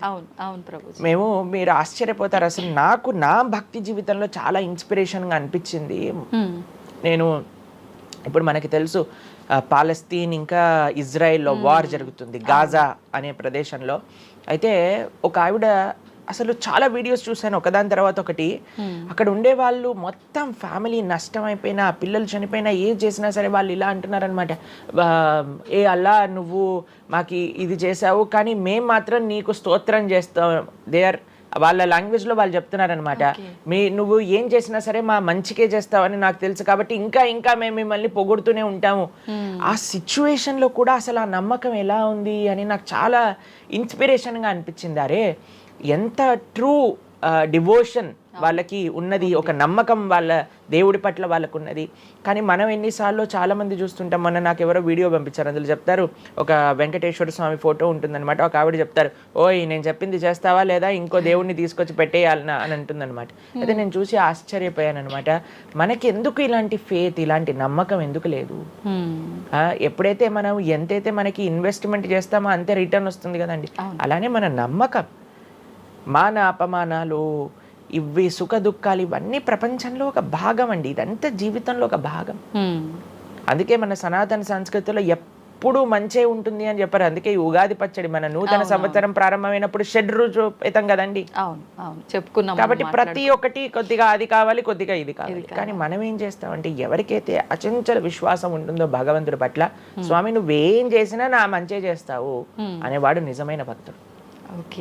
కాబట్టి ఎక్కడి నుంచైనా ఆ విశ్వాసం, ఆ శ్రద్ధ కానీ మనం నేర్చుకోగలిగితే ఇట్ ఈస్ ఎక్స్ట్రీమ్లీ వండర్ఫుల్ అనమాట. ఆ శ్రద్ధ, స్వామి నువ్వు ఏం చేసినా సరే నేను నిన్నే కొలుస్తా, అటువంటి శ్రద్ధ మన దగ్గర ఉండిందండి, మన దగ్గర ఉండింది. ఉండి మన మనం ఆచరించట్లేదు. పూర్వీకులు, రాజులు, మహారాజులు, అసలు మన సంస్కృతి, సిక్కులు ఎవరైతే మనకి వాళ్ళ జీవితాన్ని త్యాగం చేసేసారు వాళ్ళ ధర్మాన్ని కాపాడుకోవడానికి. మనం చూస్తాం. అసలు ఇప్పుడు ఏంటంటే అండి, నాకు అన్నిటికంటే బాధాకరమైన విషయం ఏంటంటే, ఈ ప్రజెంట్ డే యూత్ ఉన్నారు కదా, వాళ్ళకి మన దేశ సంస్కృతి గురించి తెలియదు, మన దేశ హిస్టరీ గురించి తెలియదు, మన కల్చర్ గురించి తెలియదు, మన ఆధ్యాత్మికత గురించి తెలియదు. తెలుసుకోవాలి అనే ప్రయత్నం కూడా చేయట్లేదు. ఎవరు అసలు దేశాన్ని కాపాడాలనుకుంటుంది? అసలు మన పూర్వీకులు మనకి ఎలాంటి సంపత్తిని ఇచ్చారు? ఏవో టీవీలలో వచ్చే చెత్త ప్రోగ్రాములు చూడటము, టైం వేస్ట్ చేసేయటము. ఇప్పుడు మాకు చెప్తున్నారు ఎవరో బిగ్ బాస్ అనేదో ప్రోగ్రామ్ వస్తుందట. జనాలందరూ అసలు ఏమొస్తుంది చెప్పండి? మన జీవితంలో ఏదైనా మార్పు కలగలిచా మనకి? లేదు. ఎవడో ఒకటి చోట వాడు డబ్బులు సంపాదించుకుంటూ వాడు చేసే చెత్త పనులన్నీ మనం చూస్తూ ఉంటే, మనం వింటూ ఉంటే, దాని తర్వాత చూస్తే పర్వాలేదు. ఆ వ్యక్తుల పట్ల అపరిమితమైన ప్రేమను పెంచుకొని, ఒకళ్ళు నాకు ఈ మధ్య ఎక్స్ప్లెయిన్ చేస్తున్నారనమాట, ఒక్కొక్కళ్ళకి ఆర్మీ అని తయారైపోయి వేరే వాళ్ళని దూషించడం, వేరే వాళ్ళని తిట్టడం. ఈ సమాజం ఇలా ఉంటే నీకు ఒక బిగ్ బాస్ అనే ఒక టైం వేస్టర్ని కావాలి, అది అయిపోగానే ఐపీఎల్ అనే ఒక టైం వేస్టర్, దాని తర్వాత నెట్ఫ్లిక్స్, అమెజాన్ ప్రైమ్, ఇవన్నీ ఎప్పుడు ఉన్నాయి. మనకి నిజంగా మేము కొన్నిసార్లు యూత్ని కలిసినప్పుడు అడుగుతామండి, అరే మన దేశ రాజకీయాల గురించి తెలుసా అని అంటే, తెలుసండి. ఎవరి దగ్గర నుంచి తెలుసుకున్నావు అని అంటే ఒక యూట్యూబర్ పేరు చెప్తాడు. ఆ యూట్యూబర్ ఏమో ఎక్కడో వేరే దేశంలో కూర్చొని మన సంస్కృతిని, మన రాజకీయాల్ని ఎలా ఒక వేరే దిశగా నడిపించాలో నడిపిస్తుంటారు. వాడివన్నీ వింటూ వీళ్ళు ప్రభావితం అయిపోతారు అనమాట. కానీ ఏంటి అసలు మన సంస్కృతి అంటే ఏంటి, మన ధర్మం అంటే ఏంటి? అసలు కొద్దిసం భగవంతుడు చాలా దూరం అనుకోండి, కనీసంలో కనీసం మన భారతీయత అంటే ఏంటో కూడా తెలియదండి అసలు ఇలాంటి పిల్లలకి. ఈ మధ్యలో పిల్లల్ని మర్చిపోకండి. పేరెంట్స్ ఎంతమంది దృష్టి చూపిస్తున్నారు చెప్పండి? చాలా తక్కువ మంది ప్రభుజీ.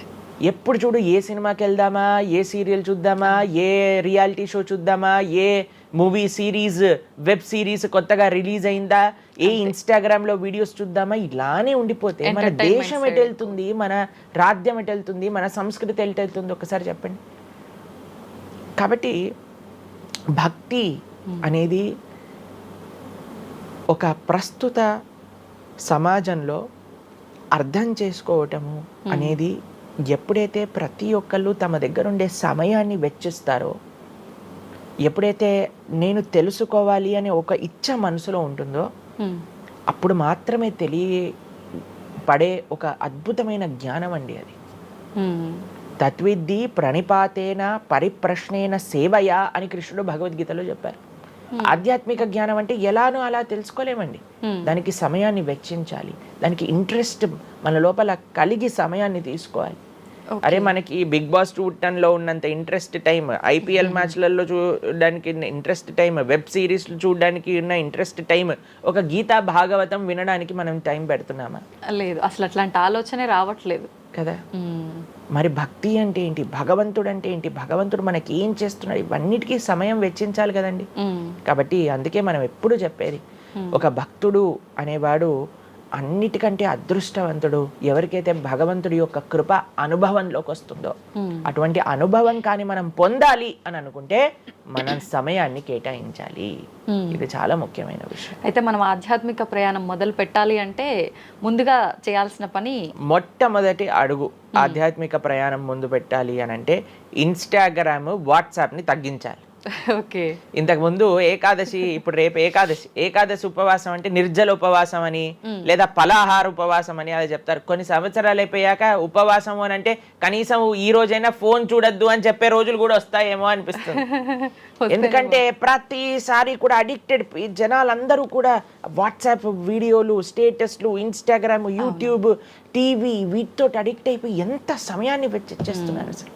మీరు అన్నట్టుగా జపం చేయడానికి అడుగురా అంటే జపం చేయడానికి సమయం లేదంటారు, వాట్సాప్ స్టేటస్ మాత్రం చూడడానికి సమయం ఉంటుంది. ఎంత విచిత్రం చెప్పండి. కాబట్టి మనము చాలా జాగ్రత్తగా, మొట్టమొదటి అడుగు ఏంటి అని అంటే మనం చెయ్యకూడని విషయాలు పక్కన పెట్టడం. ఏంటి? అక్కర్లేని విషయాలు వినటం, అక్కర్లేని విషయాలు మాట్లాడటం, అక్కర్లేని విషయాల గురించి ఆలోచనలు చేయటం. వీటన్నిటిని పక్కన పెట్టి 4 నియమాలు చెప్పారండి మన శాస్త్రంలో భక్తిలో ముందుకెళ్ళడానికి. ధర్మ మార్గంలో ముందుకెళ్ళడానికి. మద్యం పానం శ్రియాసూన యథా అధర్మశ్చ చతుర్విధం అని భాగవతం చెప్తుంది. 4 రకములైన తప్పుడు అలవాట్లను మనం నిషేధన చెయ్యాలట. ఏంటి ఆ 4? మద్యము అని అంటే మద్యాన్ని సేవించటం, ఎనీ టైప్ ఆఫ్ ఇంటాక్సికేషన్ అని అనుకోండి. సిగరెట్లు కానీ, మందు కానీ, గుట్కా, మానిక్ చంద్, పాన్, ఇంకేమంటారు టొబాకో, ఇవన్నీ డ్రగ్స్, ఇవన్నీ అసలు చెప్తూ ఉంటే మిగతా ఎనీ కైండ్ ఆఫ్ ఇంటాక్సికేషన్ దీన్ని పక్కన పెట్టాలి. ఓకే, మనం భక్తి మార్గంలో ముందుకెళ్ళాలి అని అంటే చెప్తున్నాను. 2 మద్యం పానం శ్రియ అసూన. జూదము ఇంతకుముందు జూదం ఆడుతూ ఉండేవారు, మనకు తెలుసు పాచికలాట అని అనేవారు. మహాభారతంలో యుధిష్ఠిర మహారాజు గారు ఆడినప్పుడు ఏమైంది వాళ్ళ జీవితంలో మనందరికీ తెలుసు. ఎన్ని కష్టాలు పడాల్సి వచ్చింది, ఆస్తంతా వెళ్ళిపోవాల్సి వచ్చింది, అరణ్యానికి పాలవ్వాల్సి వచ్చింది. చాలా మంది అడుగుతారు ఎందుకు మహాభారతం యుధిష్ఠిరుడు ఆడాడు. ఆయన ఆడి చూపించారు, అయ్యా ఆడితే ఈ పని అవుతుంది. మనందరికి ఎగ్జాంపుల్ సెట్ చేయడానికి ఆయన చేశారు. సరే, ఆయన చేసింది తప్ప కాదా, ఆయన ఏం అనుభవించారో తెలుసు కదండి. మనం ఎందుకు చెయ్యాలి ఆ పని? ఇప్పుడు జూదం యొక్క విపరీతమైన కాన్సిక్వెన్సెస్ తెలుసా అండి. ఇప్పుడు బెట్టింగ్ గేమ్లని, ఐపీఎల్ మ్యాచెస్ కి బెట్టింగ్స్ అని, లేదా ఏదొస్తే దానిపైన బెట్టింగ్లు పెట్టడం, అవి ఇవి ఎన్ని అప్లికేషన్స్ తయారైపోయి ఎన్ని ఒక యువతని ఒక తప్పుడు మార్గంలో పెట్టడానికి. అసలు మాకు అప్పుడప్పుడు మేము యూట్యూబ్ చూస్తాం కదండి ప్రవచనాలు వినడానికి, మా గురువు గారి ప్రవచనాలు వినడానికి మేము చూస్తుంటాం అనమాట. అప్పుడు వస్తుంది రమ్మీ సర్కిల్ అని యాడ్ వస్తుంది అనమాట. ఇప్పుడు పేరు చెప్తున్నారు ఎందుకు ప్రభుజీ అని మీరు అనుకోవచ్చు. ఎందుకంటే పెద్ద పెద్ద సినిమా యాక్టర్స్ వాళ్ళు ప్రమోట్ చేసేది రమ్మీ సర్కిల్ అని, మానిక్ చంద్ కంపెనీస్ని, గుట్కాలని, తర్వాత ఏవైతే అన్హెల్దీ ప్రోడక్ట్స్ కోక్ ఇలాంటివి ఏవైతే సాఫ్ట్ డ్రింక్స్ కూల్ డ్రింక్స్ ఉంటాయో వాటిని మీరు ఒక్కసారి ఆలోచన చేయండి. వాళ్ళు నిజమైన శ్రేయోభిలాషలా మనకి ఒక్కసారి ఆలోచన చేస్తే మనకు అర్థమవుతుందని. మొత్తం ఒక దగ్గర ప్రపంచం అంతా ఇవి తప్పు, ఇవి మీకు మంచిది కాదు అని మొత్తుకుంటుంటే మీరు ఎవరైతే మీరు హీరోయిన్ నా రోల్ మోడల్ అని అనుకుంటున్నారో వాడు మీకు నేర్పించేది ఏంటి అని అంటే, నువ్వు ఈ పేకాట ఆడు, నువ్వు గుట్కా తిను, నువ్వు కూల్ డ్రింక్ తాగు, నీ జీవితం ఏమైనా మాకు పర్వాలేదు. మేము ఎక్కడికి వెళ్ళినా నోరు నొప్పొచ్చేటట్టు అరిచి చెప్తున్నా, అయ్యా ఇవి మంచిది కాదు, మీరు మంచి మార్గంలో ఉండండి, ఆరోగ్యాన్ని జాగ్రత్తగా పెట్టుకోండి, మనసు జాగ్రత్తగా ఉండండి, ధర్మాన్ని ఆచరణ చేయండి అని మేము చెప్తుంటే, కానీ జనాలకి వీటిలలో ఇంట్రెస్ట్ లేదు. వీళ్ళకి నా రోల్ మోడల్ వాళ్ళు, నా రోల్ మోడల్ ఇది అని ప్రొద్దు నుంచి రాత్రి దాకా ఇన్స్టాగ్రామ్లో చూడటం, వాళ్ళగా మాట్లాడటం, వాళ్ళగా వస్త్రాలు వేసుకోవటం, వాళ్ళలాగా మేము కూడా వాళ్ళలాగా అవ్వాలి అని అనుకుంటే వాళ్ళు ఏం నేర్పిస్తున్నారు మీకు ఒక్కసారి ఆలోచన చేయండి. ఎంతమంది దేశంలో ఉండే యువత మొత్తం కూడా తప్పుడు మార్గంలోకి వెళ్తే మన భారతదేశ భవిష్యత్తు ఏం కావాలో ఒకసారి చెప్పండి. కాబట్టి ఫస్ట్ ఏమన్నా మనం ఇంటాక్సికేషన్, సెకండ్ గ్యాంబ్లింగ్ అని అంటారు, జూదం, ఏ ప్రకారమైన జూదమైనా సరే దాన్ని పక్కన పెట్టాలి. 3వది మాంసాహారాన్ని సేవించటం, ప్రాణిహింస చెయ్యకూడదు. భగవద్భక్తి మార్గంలో ముందుకెళ్ళాలి, భగవంతుని తెలుసుకోవాలి అని అంటే మనం లాస్ట్ టైం దీని గురించి మాట్లాడుకున్నాం, మనం ఎక్స్ప్లెయిన్ చేసాం అనమాట క్లియర్గా ఎందుకు మనం మాంసాహారాన్ని స్వీకరించకూడదు అని. అది భౌతికంగా మనకి మంచిది కాదు, ఆరోగ్యరీత్యా మంచిది కాదు, ఎమోషనల్గా మంచిది కాదు, ఎన్వైరన్మెంటల్గా మంచిది కాదు, స్పిరిచువల్గా మనకి మంచిది కాదు అని ఈ రీజన్స్ అన్ని చెప్పాం. అయితే నిన్నటి రోజున మాకు ఆ వీడియో పంపించారనమాట. సరే ఏమున్నాయి అబ్బా కమెంట్స్లో అని చదువుతుంటే చాలా మంది అన్నారు, రోజు ఈ వీడియో చూడటం వల్ల మేము మాంసాహారం తినటం మానేసాము, మాకు క్లారిటీ వచ్చిందని చాలా కమెంట్స్ ఉన్నాయి. కొంతమంది ఏం రాశారు తెలుసా అండి, మరి ప్లాంట్స్కి, మరి ఆకుకూరలకి, తర్వాత మనం పండించే మొక్కలకు కూడా ప్రాణం ఉంది కదా అని. మీకు ఒక విషయం చెప్తాను, చాలా మంది ఈ ఆర్గ్యుమెంట్స్ చెప్తారండి, నాన్ వెజిటేరియన్ మానేసేయండి అని అంటే, మరి మీరు జీవహింస చేయట్లేదా, మీరు కూడా మొక్కల్ని కట్ చేస్తున్నారు కదా అని అడుగుతారు. ఇప్పుడు దానికి 2-3 విషయాలు మీకు ప్రస్తావన చేస్తాను.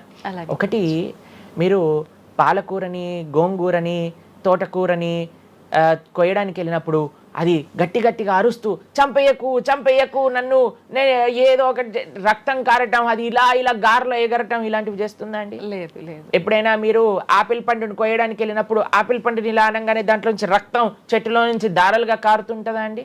అదేమైనా గట్టిగా అరుస్తుందా అని కొంతమంది అంటారు, అది అరుస్తుంది మనకి వినిపించదు. మనకి ఒకసారి అర్థం చేసుకోవాలి, ఒక ప్రాణికి ఒక వెల్ డెవలప్డ్ కాన్షియస్నెస్ ఉన్న వ్యక్తికి లేదా ఒక పర్సనాలిటీకి లేదా ఒక ప్రాణికి లేదా ఒక ప్లాంట్కి ఏంటి వ్యత్యాసము అనేది మనం తెలుసుకోవాలి. దాంతోపాటు ఇంకొక విషయం చెప్తాను, మరి ప్లాంట్స్ని తినచ్చు యానిమల్స్ని తినకూడదు అని ఏంటి ప్రమాణము అనంటే భగవంతుడు మనకి ఈ విషయాన్ని ప్రస్తావన చేశారు. స్వామి మనకి ఈ విషయాన్ని ఉపదేశం చేశారు. అయ్యా, నువ్వు కేవలం శాకాహారాన్ని మాత్రమే తినవచ్చును, సాత్విక ఆహారాన్ని మాత్రమే తినవచ్చును. ఎక్కడ చెప్పాడు భగవంతుడు? పత్రం పుష్పం ఫలం తోయం యోమే భక్త ప్రయశ్చతి. పత్రం పుష్పం ఫలం తోయం. నువ్వు ఫలములను, తర్వాత ఆకులను, నీటిని, పాలను, వీటితో సంబంధించినవి ఏవైనా సరే తయారు చేయొచ్చు, భగవంతుడికి నివేదన చేయొచ్చు, స్వీకరించవచ్చు. కాబట్టి మన శాస్త్రములు దేన్నైతే యాక్సెప్ట్ చేశాయి, ఇప్పుడు చెప్పాయనుకోండి, సరే ఈ ప్లాంట్స్లలో కూడా ప్రాణం ఉందయ్యా, ప్లాంట్స్ కూడా తినకు అని అంటే ఏం చేస్తామండి? గాలిని పీల్చుకుంటామా? సన్లైట్తో బతుకుతామా మనం ఏమన్నా ప్లాంట్స్ బతికినట్టుగా? అవును, ఏదో ఒకటి కావాలి కదా ఆహారం. కాబట్టి అన్నిటికంటే లీస్ట్ హింస, అహింస అంటే అన్నిటికంటే లీస్ట్ హింస ఎక్కడ ఉంటుందో అది.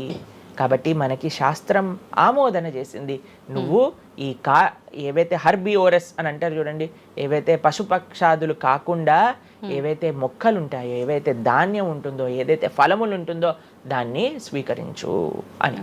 తర్వాత రెండో ఆర్గ్యుమెంట్ ఏం చేస్తారు తెలుసా అండి? నాన్ వెజిటేరియన్ అనగానే మనం కానీ తినకపోతే వాటి పాపులేషన్ మొత్తం పెరిగిపోయి పెరిగిపోయి పెరిగిపోయి పెరిగిపోయి మనల్ని చంపేస్తుంది.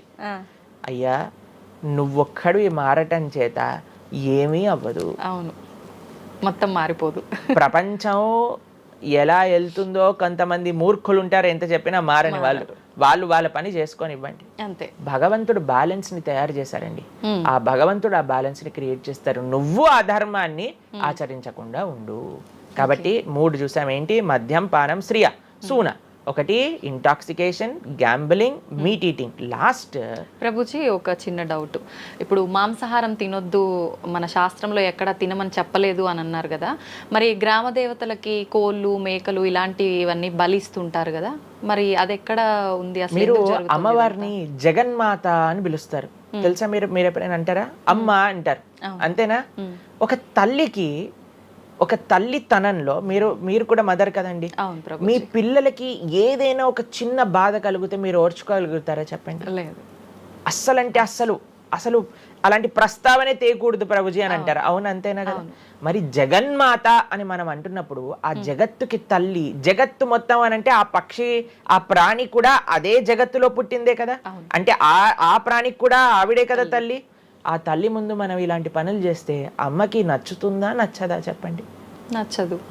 కాబట్టి ఇవన్నీ ఎక్కడొచ్చాయి అని అంటే మధ్యలో ఎక్కడో ఒక చోట కొన్ని తప్పుడు ఆచరణలన్నీ కూడా మన లోపలికి దూసుకొచ్చేసాయి అన్నమాట.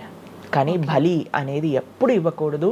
సాత్వికమైన ఆరాధన అన్నిటికంటే శ్రేష్టమైన ఆరాధన.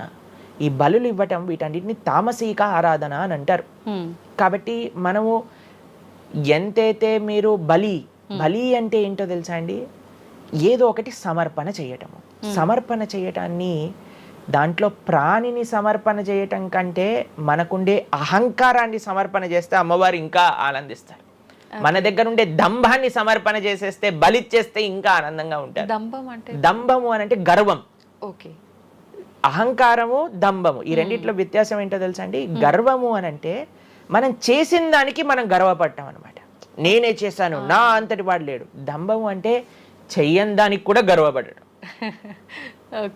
కాబట్టి మనకుండే అభిమానాన్ని, మనకుండే ఆ లోభాన్ని, వీటన్నిటిని అమ్మవారికి సమర్పణ చేయండి, ఇంకా మంచి, ఇంకా ఆనందిస్తారు. అందుకే మనం తల నీలాలు ఇస్తాం. చాలా మందికి తెలియదు అసలు దేవుడు ఏం చేసుకుంటాడండి మన జుట్టుని, డాండ్రఫ్ తోటి ఉన్న జుట్టుని. దేవుడికి ఎందుకు సమర్పణ చేయాలి మనం తల నీలాలు అని అంటే, అయ్యా నేను జుట్టు ఉంటే ఎప్పుడు కూడా ఇలా ఇలా ఇలా హెయిర్ స్టైలింగ్ చేసుకుంటూ నేనేదో చాలా హ్యాండ్సమ్ మ్యాన్, చాలా హ్యాండ్సమ్ ఉమెన్ అనుకుంటూ ఉంటారు కదా అందరు కూడా. అయ్యా, నా యొక్క ఆ సెల్ఫ్ కాన్షియస్నెస్ని సమర్పణ చేస్తున్నా నీ దగ్గర. మనం గుడికి వెళ్ళి కొబ్బరికాయ కొడతాం. కొబ్బరికాయ ఎందుకు కొడతామండి? మనం కూడా అలాంటి హార్టెడ్ వ్యక్తులం అనమాట. మనకు కూడా ఆ గర్వంతో మనం కూడా అంత పైనుండే షెల్ ఉంటుంది కదా, ఎంత హార్డ్గా ఉంటుంది. కానీ ఎప్పుడైతే అది పలగొట్టేస్తామో అప్పుడు లోపల మంచి తీయటి నీరు మనకి దొరుకుతుంది. కొబ్బరి ఎంత స్వీట్గా ఉంటుంది అది మనకు కలుగుతుంది.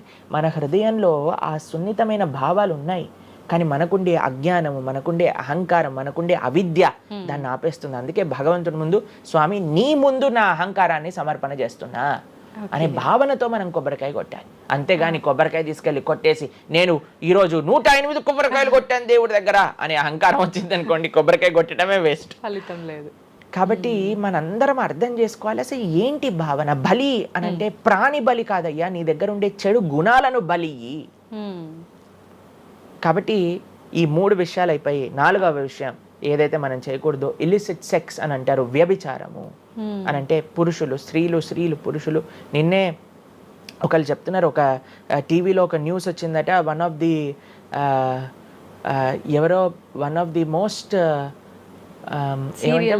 ఫేమస్ యాక్టరో లేదా ఇంకెవరో వాళ్ళ హస్బెండ్ని వేరే స్త్రీలతో పాటు పట్టుకున్నారు అని మాకు ఒక న్యూస్ నిన్న ఒకళ్ళు చెప్తున్నారు అనమాట. అంటే వాళ్ళు ఏం చెప్పారంటే నాకు, ప్రభుజీ సమాజంలో ఇలాంటివి ఎన్నో కేసులు వస్తున్నాయి ప్రభుజీ, ఈ మధ్యలో న్యూస్లో ఇలాంటివి అయితే తరచుగా మనం చూస్తూ ఉన్నాము, కాబట్టి ఈ సమాజం ఎటువైపు వెళ్తుందో తెలియట్లేదు ప్రభుజీ అని అంటే మేము వాళ్ళకి చెప్పాం, సమాజాన్ని ఎందుకు ఇటువైపు నడుస్తుంది అని అంటే మనం చూపించే విషయాలు అలా ఉన్నాయి, చూపించే సినిమాలు అలా ఉన్నాయి, చూపించే సీరియల్ అలా ఉన్నాయి, చూపించే ఆదర్శమైన వ్యక్తులు అలా ఉన్నారు. మనం ఎవరైతే హీరోలు అనుకుంటున్నామో వాళ్ళు ప్రొద్దున లేస్తే విడాకులు తీసుకొని ఇంకొకరిని పెళ్లి చేసుకొని, విడాకులు తీసుకొని ఇంకొకరిని పెళ్లి చేసుకొని, ఇలాంటివి చూస్తుంటే మనం కూడా అది నార్మలైజ్ అయిపోయింది మన భారతీయ సంస్కృతిలో.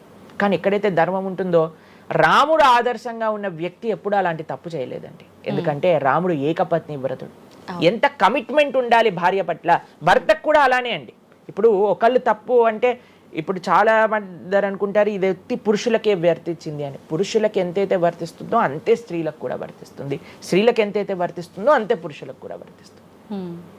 కాబట్టి ఈ 4 చాలా జాగ్రత్తగా ఉండాలి. పరస్త్రీ సంఘము, పరపురుష సంఘం, వీటి నుంచి చాలా జాగ్రత్తగా ఉండాలి.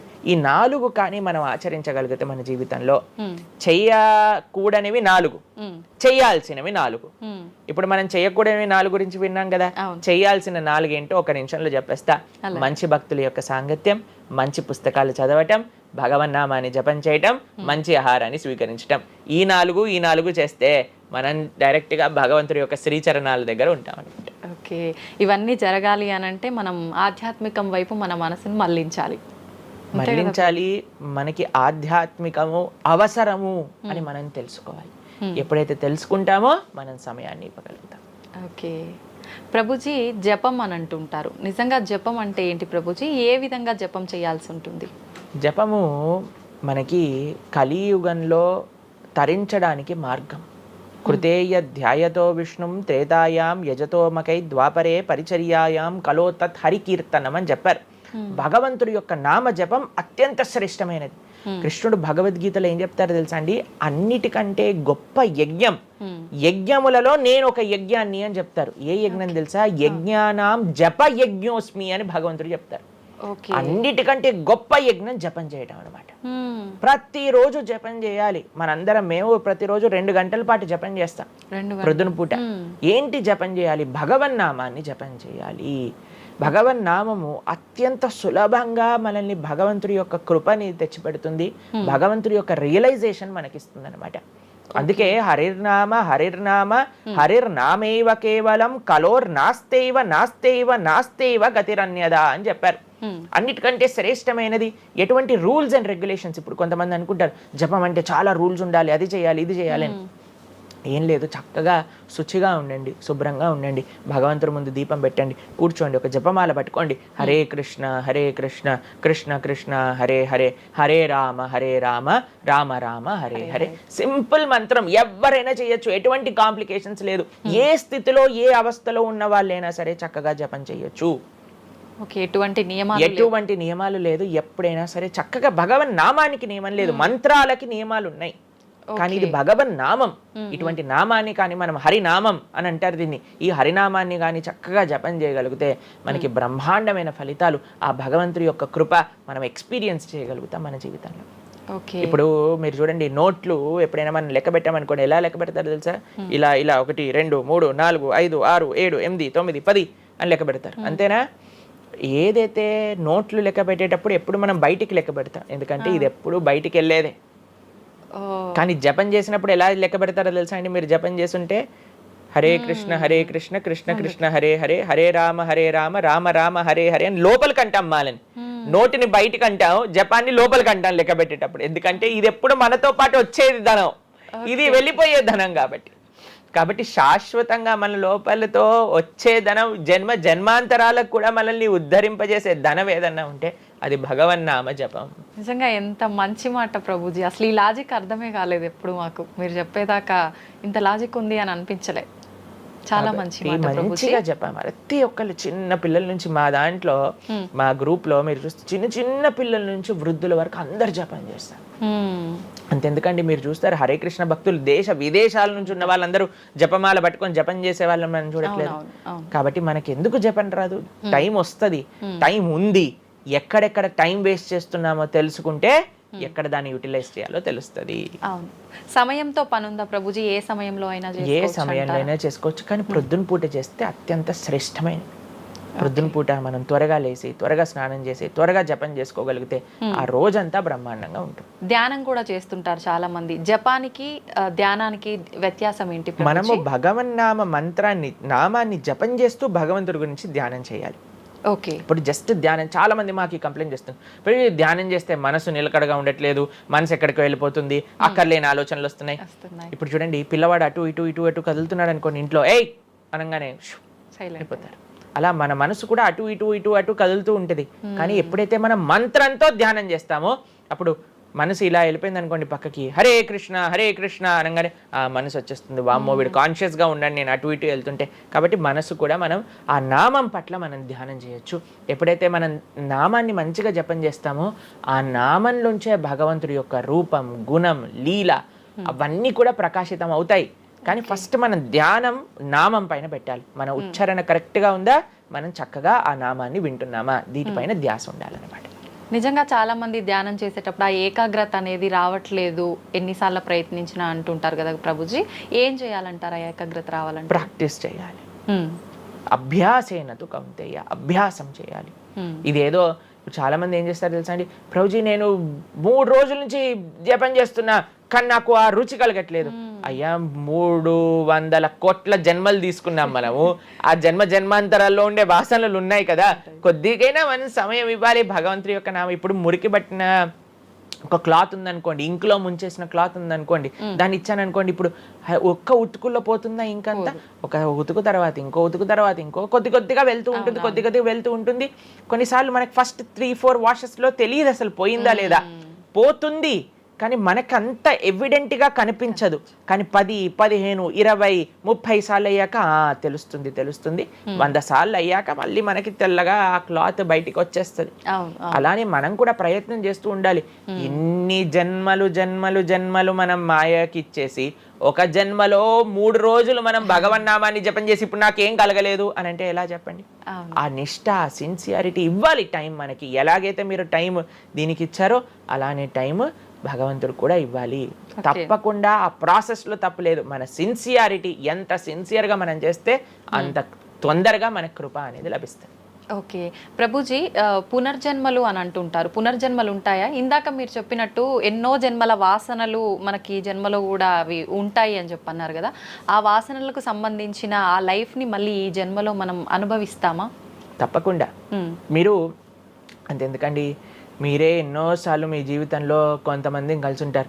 వాళ్ళు చెప్తారు ఇది ఈ జన్మలోంచి కాదు, పక్కా వీడి పోయిన జన్మలోదే ఈ లక్షణం. ఎందుకంటే చాలా మంది అంటారు మా ఇంట్లో ఎవరండి ఇలా ఉండరండి, కానీ వీడికొక్కటే ఈ గుణం వచ్చింది అని అంటూ ఉంటారు. మనం చాలాసార్లు చూస్తాం చిన్న పిల్లలకి, వాళ్ళకి మనకు నేర్పించకుండానే ఒక టాలెంట్ వచ్చేస్తుంది. వాళ్ళు ఆ విధంగా నేను మొన్న బృందావనం వెళ్ళినప్పుడు మేము చూసాం, అక్కడ చిన్న పిల్లవాడండి, నాకు తెలిసి 3-4 సంవత్సరాలు ఉంటాయి, 250 కంటే ఎక్కువ ట్యూన్లలో హరే కృష్ణ మంత్రాన్ని పాడుతున్నాడు ఆయన. వాళ్ళ పేరెంట్స్ని అడిగాం, అయ్యా ఎలా నచ్చింది? ప్రభుజీ మేమేం తెలియదు ప్రభుజీ, చిన్నప్పటి నుంచి హార్మోనియం దగ్గరికి వెళ్ళి టిక్ టిక్ టిక్ టిక్ అనేవాడు, వాడే పాడుతున్నాడు, వాడికి మొత్తం హార్మోనియం ఎవ్వరు నేర్పించలేదు, వాడే పాడుతున్నాడు అని. అలా ఎన్నో, మీరు డాక్టర్ ఐన్ స్టీవెన్సన్ మీరందరూ ఇంటర్నెట్ ఉంది కదా, మీ అందరికి ఫోన్లు ఉన్నాయి కదా, డాక్టర్ ఐన్ స్టీవెన్సన్ అని నొక్కండి. 2500 కంటే ఎక్కువ కేసుల పైన ఆయన రీసెర్చ్ చేశారు. రీఇన్కార్నేషన్, పునర్జన్మ కలిగిన కేసెస్లో అనమాట. కాబట్టి మీరు జస్ట్ రీఇన్కార్నేషన్ కేసెస్ అని మీరు యూట్యూబ్లో టైప్ చేస్తే ఎన్నో వస్తాయి మీకు. కాబట్టి పునర్జన్మ ఉన్నది. పునర్జన్మ సిద్ధాంతాన్ని ప్రస్తావన చేసి వాటిని నమ్మకం ఉన్న వాళ్ళే సనాతన ధర్మానికి సంబంధించిన వాళ్ళు అనమాట. కాబట్టి ఏది కూడా మనకి స్పాంటేనియస్గా రాదు, అంతా కూడా కర్మ. What ever we do that comes around అనమాట. కాబట్టి ఈ పునర్జన్మ సిద్ధాంతం అనేది తప్పకుండా ఉన్నది. పునర్జన్మ ఉంటుంది. జన్మాంతరాల వాసనలు అనేవి ఉంటాయి. ఎప్పుడైతే మనం ఆధ్యాత్మిక సాధన, ఎప్పుడైతే మనం భగవద్భక్తి చేస్తామో ఆ వాసనలన్నీ కూడా తొలగిపోతాయి. మనం చక్కగా మంచి ధార్మికమైన వ్యక్తిలా మనం మళ్ళీ మారచ్చు అనమాట. ప్రభుజీ, పునర్జన్మ ఉంటుంది అని అనుకున్నాం మనం. అయితే పునర్జన్మ అంటే అంతకుముందు జన్మకు సంబంధించిన పాపం పుణ్యం ప్రతి ఒక్క దాని ప్రభావం ఈ జన్మలో ఉంటుందంటారా ప్రభుజీ? తప్పకుండా. చాలా మంది అంటారు, ప్రభుజీ వాళ్ళు ఇంత పిచ్చి వాళ్ళు కానీ ఇంత ఆనందం ఎందుకు వస్తుంది అని అంటే, వాళ్ళు గత జన్మలో చేసిన పుణ్యం ఇప్పుడు వాళ్ళకి వస్తుంది, ఈ జన్మలో చేసే పాపం మళ్ళీ వస్తుంది. ఎవరు కూడా ఎస్కేప్ అవ్వలేరండి. ఇప్పుడు మీరు అనుకుంటున్నారు మనం బాధపడుతున్నాం, గత జన్మలో చేసిన పాపాన్ని ఇప్పుడు మనం అనుభవిస్తున్నాం, ఇప్పుడు మేము మంచి వాళ్ళం ప్రభుజీ, మీకు కూడా వస్తుంది ఆ ఛాన్స్. కాబట్టి ఈ కర్మ సిస్టమ్ ఏదైతే భగవంతుడు ఇది చేశారో దాని నుంచి ఎవ్వరు ఎస్కేప్ కాలేరు. ఆయన సిస్టమ్ చాలా పక్కా. ఇక్కడ ఉండే మనం అప్పుడప్పుడు ట్రాఫిక్ సిగ్నల్ ని దాటేసి ట్రాఫిక్ పోలీస్ నుంచి ఎస్కేప్ అవ్వచ్చు, కానీ భగవంతుడి యొక్క రేడార్ నుంచి ఎస్కేప్ అవ్వలేదన్నమాట. ఎందుకంటే ఆయన హృదయంలో ఉండే కదా అన్ని నోట్ డౌన్ చేసుకునేది. కాబట్టి తప్పకుండా గత జన్మ పుణ్యము, గత జన్మ పాప ఫలితాలు ఈ జన్మలో అనుభవించాల్సిందే. చాలా మంది మమ్మల్ని అడుగుతారు, ప్రభుజీ నరకానికి తీసుకెళ్తారు కదా. ఆ నరకానికి తీసుకెళ్తారు, మరి నరకంలోనే అంత అయిపోగొడితే మళ్ళీ ఈ జన్మలో ఇవ్వటం ఎందుకు? ఇన్స్టాల్మెంట్లో వస్తాయి, ఈఎంఐస్ కింద కట్టాల్సి వస్తుంది అనమాట మన ఫలితాన్ని. కొద్దిగా నరకంలో, కొద్దిగా ఈ జన్మలో, మళ్ళీ వచ్చే జన్మ. ఒకటేసారి ఆ యొక్క ఫలితాన్ని కానీ ఇచ్చేస్తే మనం తట్టుకోలేము. కాబట్టి భగవంతుడి యొక్క కృప నిజంగా చెప్పాలంటే ఇన్స్టాల్మెంట్స్ లో వచ్చేది. ఇప్పుడు చూడండి, ఒకసారి 10 కోట్లు కట్టాలి అంటే అది ఈజీయా, లేదా ఇన్స్టాల్మెంట్ లో కట్టాలంటే ఈజీయా? అందుకే కదండి అందరు ఈఎంఐలు కావాలండి. అలానే పుణ్యం, అలానే పాపం కూడా. కొద్దిగా స్వర్గంలో అనుభవించు, కొద్దిగా ఇప్పుడు అనుభవించు, మళ్ళీ నెక్స్ట్ జన్మలో అనుభవించు. అది తప్పదు, ప్రతి ఒక్కళ్ళు అనుభవించాల్సిందే. లేకపోతే చెప్పండి, అసలు ఈ జన్మలో ఎందుకు కొంతమంది కష్టాలు అనుభవిస్తున్నారు? కొంతమందికి పుట్టుక నుంచే కష్టం వస్తుంది, కొంతమంది కొన్ని డిఫెక్ట్స్ తో పుడతారు. ఎందుకు? If God is equal to everybody, then why did God create different people differently అని అంటే, భగవంతుడు తయారు చేయలే, భగవంతుడు ఇనిషియేట్ చేశారు ఆ సిస్టమ్ని. దాంట్లో మనం ఏ విధంగా చేస్తే ఆ కర్మ ద్వారా అలా మనం పుట్టవలసి వస్తుంది. కానీ మనము పాస్ట్ గురించి చింత, ఏయో ఎన్ని పాపాలు చేశానో నాకు ఇది వస్తుంది, దీని గురించి చింత చేయకండి. అయ్యా నేను ఫ్యూచర్లో ఇది చేసి నేను ఇలా చేయబోతుంది, దాని గురించి ఇప్పుడు నీ దగ్గర సమయం ఉంటే నువ్వు ఇప్పుడు ధర్మాచరణ చెయ్యి, ఇప్పుడు భగవంతుడిని ఆశ్రయించు, ఇప్పుడు ధార్మికంగా ఉండు. భగవంతుడు దీన్ని రెండింటినీ తీసేస్తారా, ఆయన యొక్క లోకానికి మనం వెళ్ళవచ్చు. కాబట్టి భగవంతుడు అదే చెప్పారు, సర్వధర్మాన్ పరిత్యజ్య మామేకం శరణం వ్రజ అహం త్వాం సర్వ పాపేభ్యో మోక్షయిష్యామి మా శుచ. ఇది భగవంతుడు ఇచ్చిన ఒక ఆశ్వాసన భగవద్గీతలో. అన్నిటినీ వదిలిపెట్టేసాయి, అన్ని రకాల చెడు వస్తువుల్ని, అన్ని రకాల మంచి, నువ్వు నాకు శరణు వేరు, నేను నీ పాప పుణ్యాలు మొత్తం తీసేస్తాను. యద్గత్వా న నివర్ధంతే తద్ధామ పరమం మమ.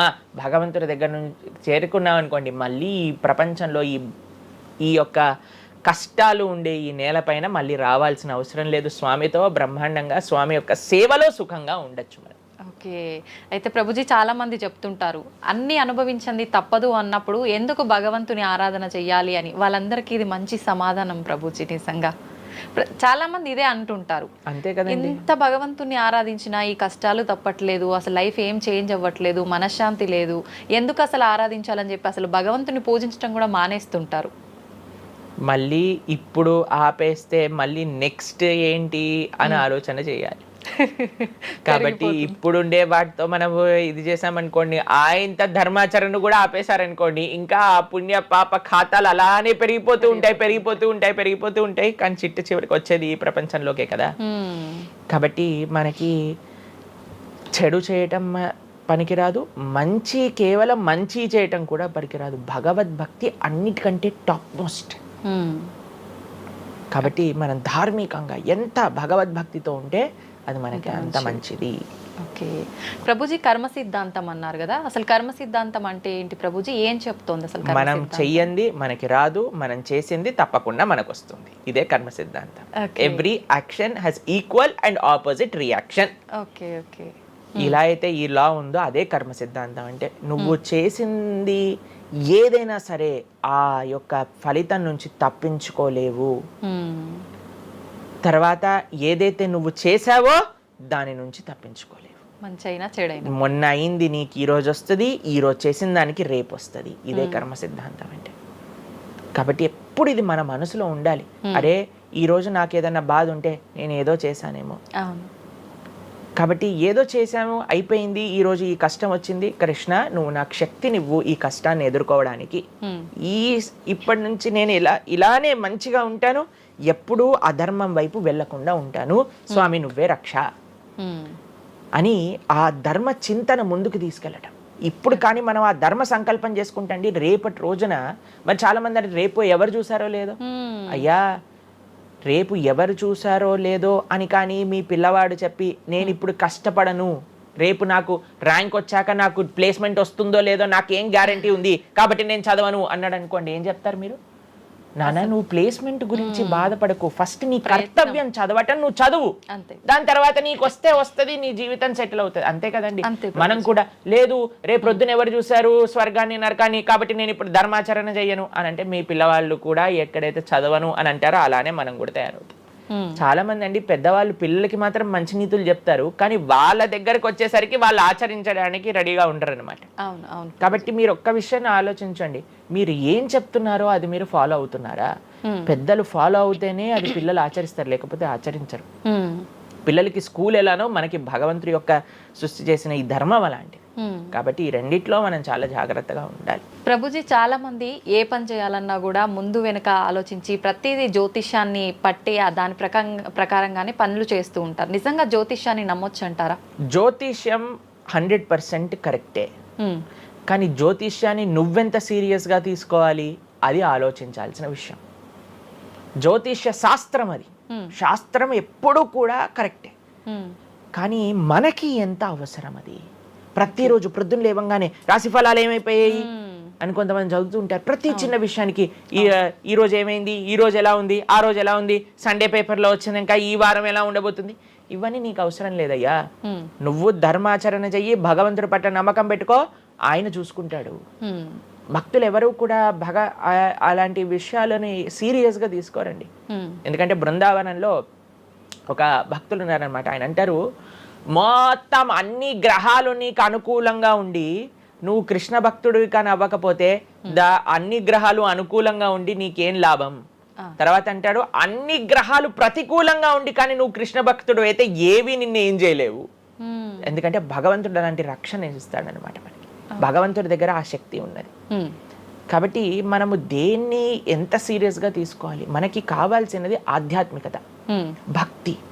భగవంతుడి గురించి విన్నామా, భాగవత రామాయణాదులు శ్రవణం చేశామా, స్వామికి ఆరాధన చేసుకున్నామా, ఆలయానికి వెళ్ళామా, గోసేవ చేశామా, ధార్మికంగా ఉన్నామా, ఎవరికి ఏం చెడు చేయలేదా, మంచి అందరి గురించి కూడా మంచి ఆలోచిస్తున్నామా, ఒకళ్ళతో మంచిగా మాట్లాడుతున్నామా, ఎవరికి చెడు చేయట్లేదా, ఇంతవరకు నీ ఆలోచన ఉంటే సరిపోతుందండి.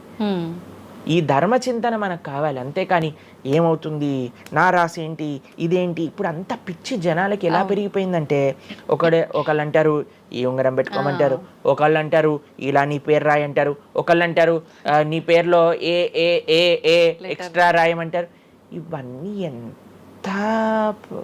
ఇవన్నీ ఏంటి మారిపోయాయి? ఇవన్నీ మార్చుకొని నీ ఆచరణ కానీ మారకపోతే, నీ థింకింగ్ కానీ మారకపోతే, నీ ధర్మం పట్ల ఉండే అనిరుక్తి కానీ పెరగకపోతే ఇవన్నీ చేసి ఏం లాభం?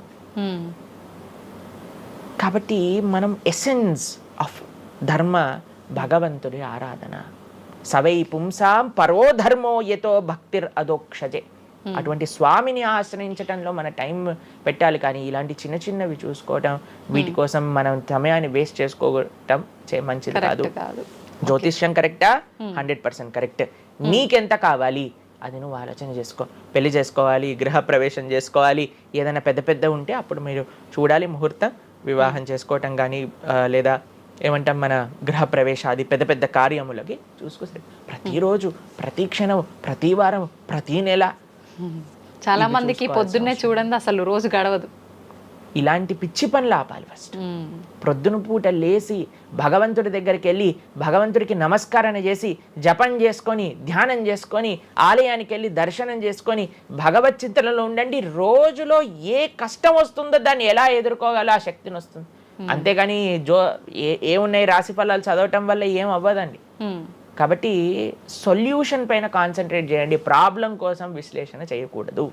ఓకే ప్రభుజీ, చాలామంది ఇంట్లో నెగిటివ్ ఎనర్జీస్ ఉన్నాయి, దయ్యాలు తిరుగుతున్నాయి, లేదంటే ఎవరైనా ఒక పర్సన్కి దయ్యం పట్టింది అని చెప్పి చాలామంది ఎవరు ఇట్లా పంతుళ్ళు అట్లాంటి వాళ్ళ దగ్గరికి మాంత్రికుల దగ్గరికి తీసుకెళ్ళడము, వాళ్ళు వదిలిస్తారని చెప్పటము, ఆ దయ్యం వీళ్ళని చాలా పీడిస్తుంది అని చెప్పడం, ఇలాంటివి చాలా వింటుంటాము సహజంగా.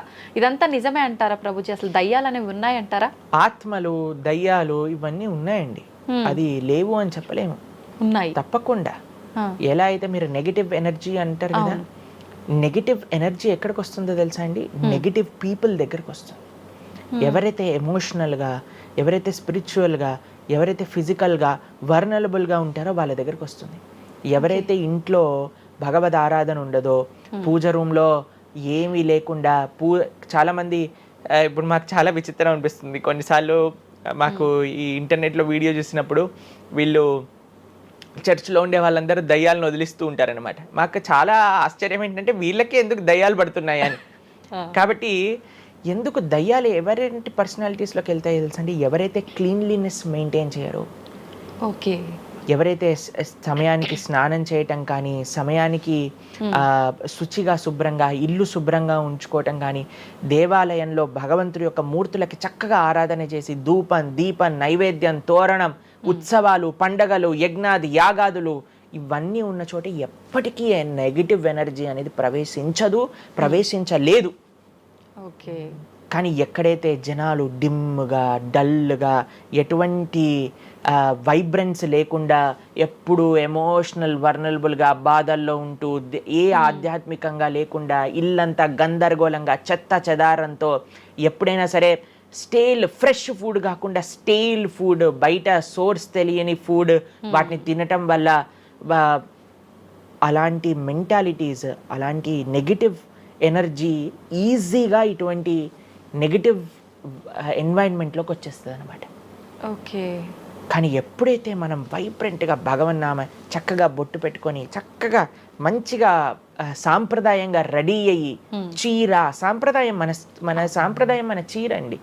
భారతీయత మగవాళ్ళు అయితే ధోతి కుర్తా ఇంతకు ముందు ఉండేది, శిఖ ఎంత చక్కగా బొట్టు పెట్టుకొని చక్కగా అలంకరణ చేసుకొని ఇంట్లోకి వెళ్ళంగానే అసలు ఆ ధూపం యొక్క సువాసన వచ్చి చక్కగా పసుపచ్చతో మన గడప నుంచి స్టార్ట్ చేస్తే పైన తోరణం కింద ముగ్గులు. అసలు ఒక సనాతన సాంప్రదాయం ఒక హిందువు యొక్క ఇంటికి వెళ్తే ఏ దయ్యం అలాంటి ఇంట్లోకి వెళ్ళగలుగుతుంది చెప్పండి? మన సినిమాలలో మీరు చూసి ఉంటారు, దయ్యాలు ఎక్కడుంటాయి? పాతబడ్డ బంగ్లాలలో, ఎక్కడో క్లోజ్ చేసిన గెస్ట్ హౌస్లలో ఉంటాయి, అంతేనా? నిజం ప్రభుజీ. ఏదైనా దేవాలయంలో దయ్యం ఉండటం మీరు చూసారా ఎక్కడైనా? ఎందుకు ఉండదు? ఎందుకంటే అక్కడ భగవద్ ఆరాధన జరుగుతుంది కాబట్టి. ఏ ఇంట్లో అయితే నిరంతర భగవద్ ఆరాధన ఉంటుందో, ఏ ఇల్లు అయితే వైబ్రెన్స్ గా ఇంటి బయట ముగ్గు నుంచి ప్రారంభమై ఇంటి లోపల దేవాలయంలో దీపము నిరంతరము కూడా ఉంటుందో, భగవద్ ఆరాధన జరుగుతుందో, భగవన్నామ జపం జరుగుతుందో, శాస్త్రాన్ని పారాయణ చేస్తున్న విష్ణు సహస్రనామం హరే కృష్ణ మహామంత్ర కీర్తన యజ్ఞము యాగము ఉత్సవాలు చేస్తూ అటువంటి ఇంట్లో అటువంటి వ్యక్తులకి ఎప్పుడూ రాలేదండి. ఎవరైతే తన నుదిటిన తిలకాన్ని అలంకరణ చేసుకొని చక్కగా సాంప్రదాయంగా ఉంటారో, శుచి శుభ్రత పాటిస్తారో, చక్కగా ఆలయానికి వెళ్ళి గోసేవ చెప్పండి, అలాంటి వాళ్ళకి ఎప్పుడైనా ఇలాంటి నెగిటివ్ ఎనర్జీ అటాక్ అవుతుంది అంటే అస్సలు కాదు. ఎవరైతే గ్లూమీగా డిప్రెస్డ్గా ఏం లేకుండా ఏ వస్త్రాలు పడితే ఆ వస్త్రాలు వేసుకోవటం, దేవుడు కొంతమంది ఆలయంలోకి వెళ్ళామనుకోండి, ఇంట్లో పూజ రూమ్లోకి వెళ్ళామనుకోండి, పండగ నుంచి పండగ మాత్రమే దీపం పెడతారు, లేదా అస్సలు ఆ పూలు అలానే ఉంటాయి 15-20 రోజుల వరకు. అవును ప్రభు. అలాంటి ఇంట్లలో నెగిటివ్ ఎనర్జీ రాకపోతే ఇంకేమొస్తుంది చెప్పండి? కాబట్టి నెగిటివ్ ఎనర్జీ ఉందా? ఈ దయ్యాలు ఆత్మలు ఉన్నాయా? ఉన్నాయి. ఎవరి దగ్గరికి వెళ్తాయి? అటువంటి మెంటాలిటీ ఉన్న వాళ్ళ దగ్గరికి మాత్రమే వెళ్తాయి. ఓకే. మనం కానీ ఎప్పుడైతే మనకి రక్షణ, అందుకే మనము తులసి మాల వేసుకుంటాం. తులసి మాల ఇప్పుడు చూడండి, మేము నరసింహ కవచాన్ని ధరించామన్నమాట. ఇవన్నీ నరసింహ ఆరాధన, నరసింహ కవచాన్ని ఎప్పుడైతే మనం చేస్తామో, ఎప్పుడైతే మనం భగవన్నామ స్మరణ చేస్తామో తులసి మాల ధరించాలి. తులసి మాల చాలా మంది ఇప్పుడు ధరిస్తున్నారు కానీ నియమాలను పాటించట్లేదు. ఏంటి నియమాలు? తులసి మాల వేయాలి అని అంటే మనము భగవత్ ప్రసాదాన్ని మాత్రమే నైవేదన చేసి తీసుకోవాలి, మాంసాహారాన్ని తినకూడదు, ఎల్లిపాయలు ముట్టుకోకూడదు. ఇవన్నీ కూడా నెగిటివ్ థింగ్స్ అన్నమాట, తామసిక రాజసికమైన విషయాలు. కాబట్టి ఇవి చక్కగా ఇవన్నీ మానేసామనుకోండి. తులసిమాల ధరించడం అంటే ఏంటి అంటే చూపిస్తున్నాం అనమాట, మా దగ్గర ఎటువంటి తామసిక రాజసిక ప్రవృత్తులు లేవు, మేము సిద్ధ సాత్విక ప్రవృత్తిలో ఉన్నాం. దయ్యం అక్కడ నుంచి వచ్చింది కూడా యూటర్న్ తీసుకొని వెళ్ళిపోతుంది అన్నమాట ఇవి చూడంగానే. కాబట్టి అది చాలా ముఖ్యం. ఎప్పుడైతే మన ఆచరణ బాగుంటుందో, ఎప్పుడైతే మనం ధార్మికంగా ఉంటామో, ఎప్పుడైతే భగవద్భక్తులై ఉంటామో, ఏ నెగిటివ్ ఎనర్జీ మనల్ని ఏం చేయలేదు. ఓకే, మొత్తానికి ఉన్నాయి దయ్యాలు, ఉన్నాయి, జాగ్రత్త. మనం మంచిగా భక్తి పరంగా ఉండండి, ధార్మికంగా ఉండండి, చక్కగా ధర్మాచరణ చేయండి, మీకేం భయం లేదు. కానీ ఎక్కడైతే ఇవన్నీ జరగవో అక్కడ ఉంటాయి. అందుకే ఆధ్యాత్మిక మార్గంలో నడవాలి అందరం కూడా. కృతజ్ఞతలు ప్రభుజీ, నిజంగా చాలా మంచి మంచి విషయాలు తెలుసుకుంటున్నాం మీ ద్వారా, ఇంకా ఇంకా తెలుసుకోవాలని కోరుకుంటున్నాం. ధన్యవాదాలు ప్రభుజీ. హరే కృష్ణ. హరే కృష్ణ. మన సనాతన ధర్మం యొక్క విలువలని రోజు రోజుకు ఎంతో మంది పెద్దవాళ్ళు ఇలా ఉండాలి అలా ఉండాలి, మన ధర్మం ఇది చెప్పింది, మనం ధర్మ మార్గంలో నడవాలంటే ఇవి పాటించాలి అని ఎన్నో రకాల సలహాలు మనకు ఇస్తున్నప్పటికీ అసలు ఆడవాళ్ళ విషయానికి వచ్చేసరికి చాలా రకాల అరాచకాలు అనేవి జరుగుతూనే ఉన్నాయి. మనకు స్వాతంత్రం వచ్చింది, ఆడది అర్ధరాత్రి కూడా తిరిగే అంత స్వాతంత్రం వచ్చింది అని అనుకోవటం వరకే కానీ నిజంగా స్వాతంత్రం అనేది రాలేదని చెప్పాలి. చిన్న చిన్న 6 నెలల పసికందుల పైనుంచి కూడా తీసుకుంటే ప్రతి ఒక్క ఆడదైతే చాలు ఏదైనా చెయ్యొచ్చు అనే ఒక రోజుకి ఇప్పుడు ఆడదాని పరిస్థితిని దిగజారు చేస్తున్నారు. అసలు ఇదంతా ఎందుకు జరుగుతోంది? మన సనాతన ధర్మం యొక్క గొప్పతనాన్ని మర్చిపోబట్టేనా, అసలు ఏంటి అనే విషయాన్ని ప్రస్తుతం మాట్లాడబోతున్నాను ప్రణవానంద ప్రభుజీ గారితో. ఇప్పుడు ప్రభుజీతో మాట్లాడి దానికి సంబంధించిన విషయాలన్నింటినీ క్లియర్గా తెలుసుకుందాం. నమస్తే ప్రభుజీ. నమస్కారం అండి. ప్రభుజీ, మనకు ఎంత స్వాతంత్రం వచ్చినా ఎంతోమంది గొప్పవాళ్ళు మీలాంటి వాళ్ళు ఎన్నో రకాలుగా మంచి మంచి విషయాలు తెలియచేస్తున్నా కూడా ఆడవాళ్ళ విషయానికి వచ్చేసరికి వాళ్ళ పైన జరిగే అఘాయిత్యాలు అరాచకాలు మాత్రం ఏ రోజు తగ్గట్లేదని చెప్పాలి ప్రభుజీ. గత కొన్ని రోజుల నుంచి చూస్తున్నాం, చిన్న చిన్న పిల్లల నుంచి ఉయ్యాలలో ఉన్న పసికందు పై నుంచి కూడా అత్యాచారం జరిగే విషయాలైతే వింటున్నాం.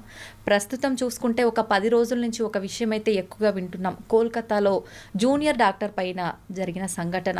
అసలు అది మాట్లాడడానికే చాలా బాధాకరమైన విషయం. ఎందుకు ప్రభుజీ ఇలాంటివన్నీ ఎందుకు జరుగుతున్నాయి?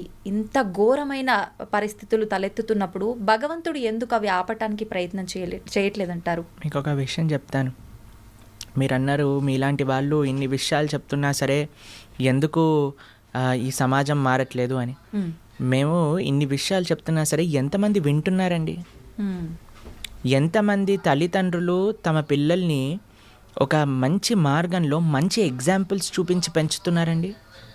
ఇప్పుడు ప్రస్తుత సమాజంలో ఎలాంటి సీరియళ్ళు నడుస్తున్నాయి, ఎలాంటి సినిమాలు నడుస్తున్నాయి మీకు తెలియదా? స్త్రీని ఒక లేడీని ఎంత ఆబ్జెక్టిఫై చేసి చూపిస్తున్నారు. మనం చూడట్లేదా అండి ఈ ప్రపంచంలో? చూస్తున్నాం.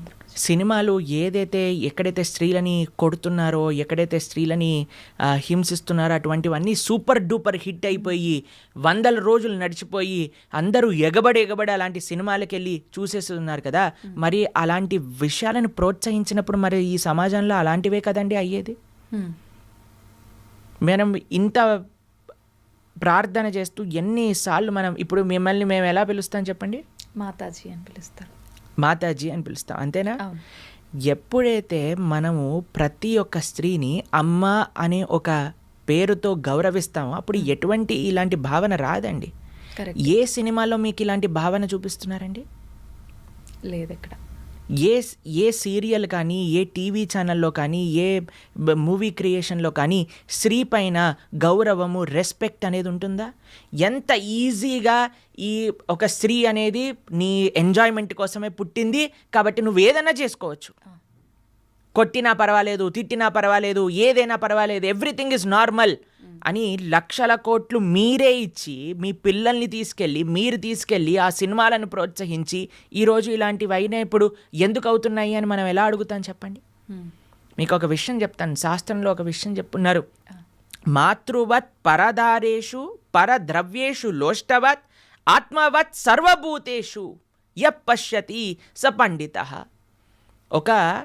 నిజంగా ఒక వ్యక్తి మంచివాడవుతే, నిజంగా చెప్పాలంటే మగవాడు అని అనాలి అని అంటే మాతృవత్ పరదారేషు, తన భార్య తప్ప మిగతా వాళ్ళందరినీ కూడా ఒక మాతృ స్వభావంతో చూడాలి.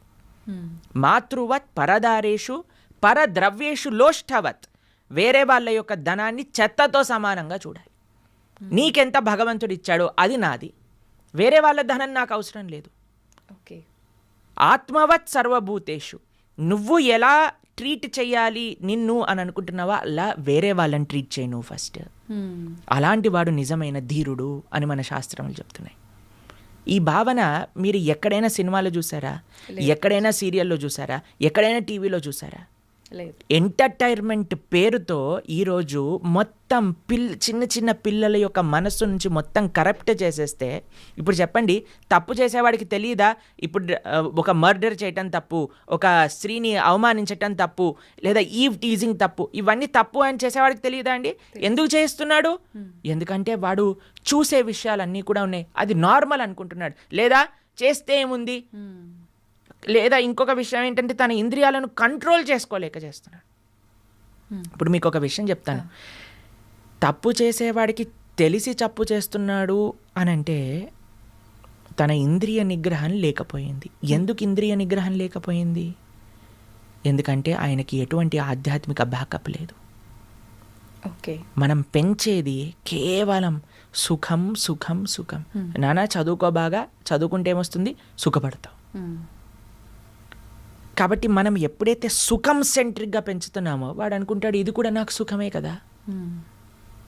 ఒక స్త్రీని అవమానించినందుకు దుర్యోధనుడు తొడలు విడిగి కురుక్షేత్ర యుద్ధంలో పడిపోతే కనీసం చూసేవాడు కూడా లేకపోయాడు. రావణాసుడికి 10 తలలు తెగి కింద పడిపోయాయి. మండోదరి వచ్చి నీ కర్మ వల్ల నువ్వు ఇలా తయారయ్యావురా నీచుడా అని తిట్టింది లాస్ట్కి. అలాంటి పరిస్థితి వస్తుంది. ఎవరైతే రామాయణ భాగవతాలు చెప్పి పెంచుతారో నాన్న ఇలాంటి తప్పులు చేస్తే ఇలా అవుతుంది. మీకు ఒక విషయం చెప్తానండి, ఈ విషయం చాలామంది అంగీకరించకపోవచ్చు.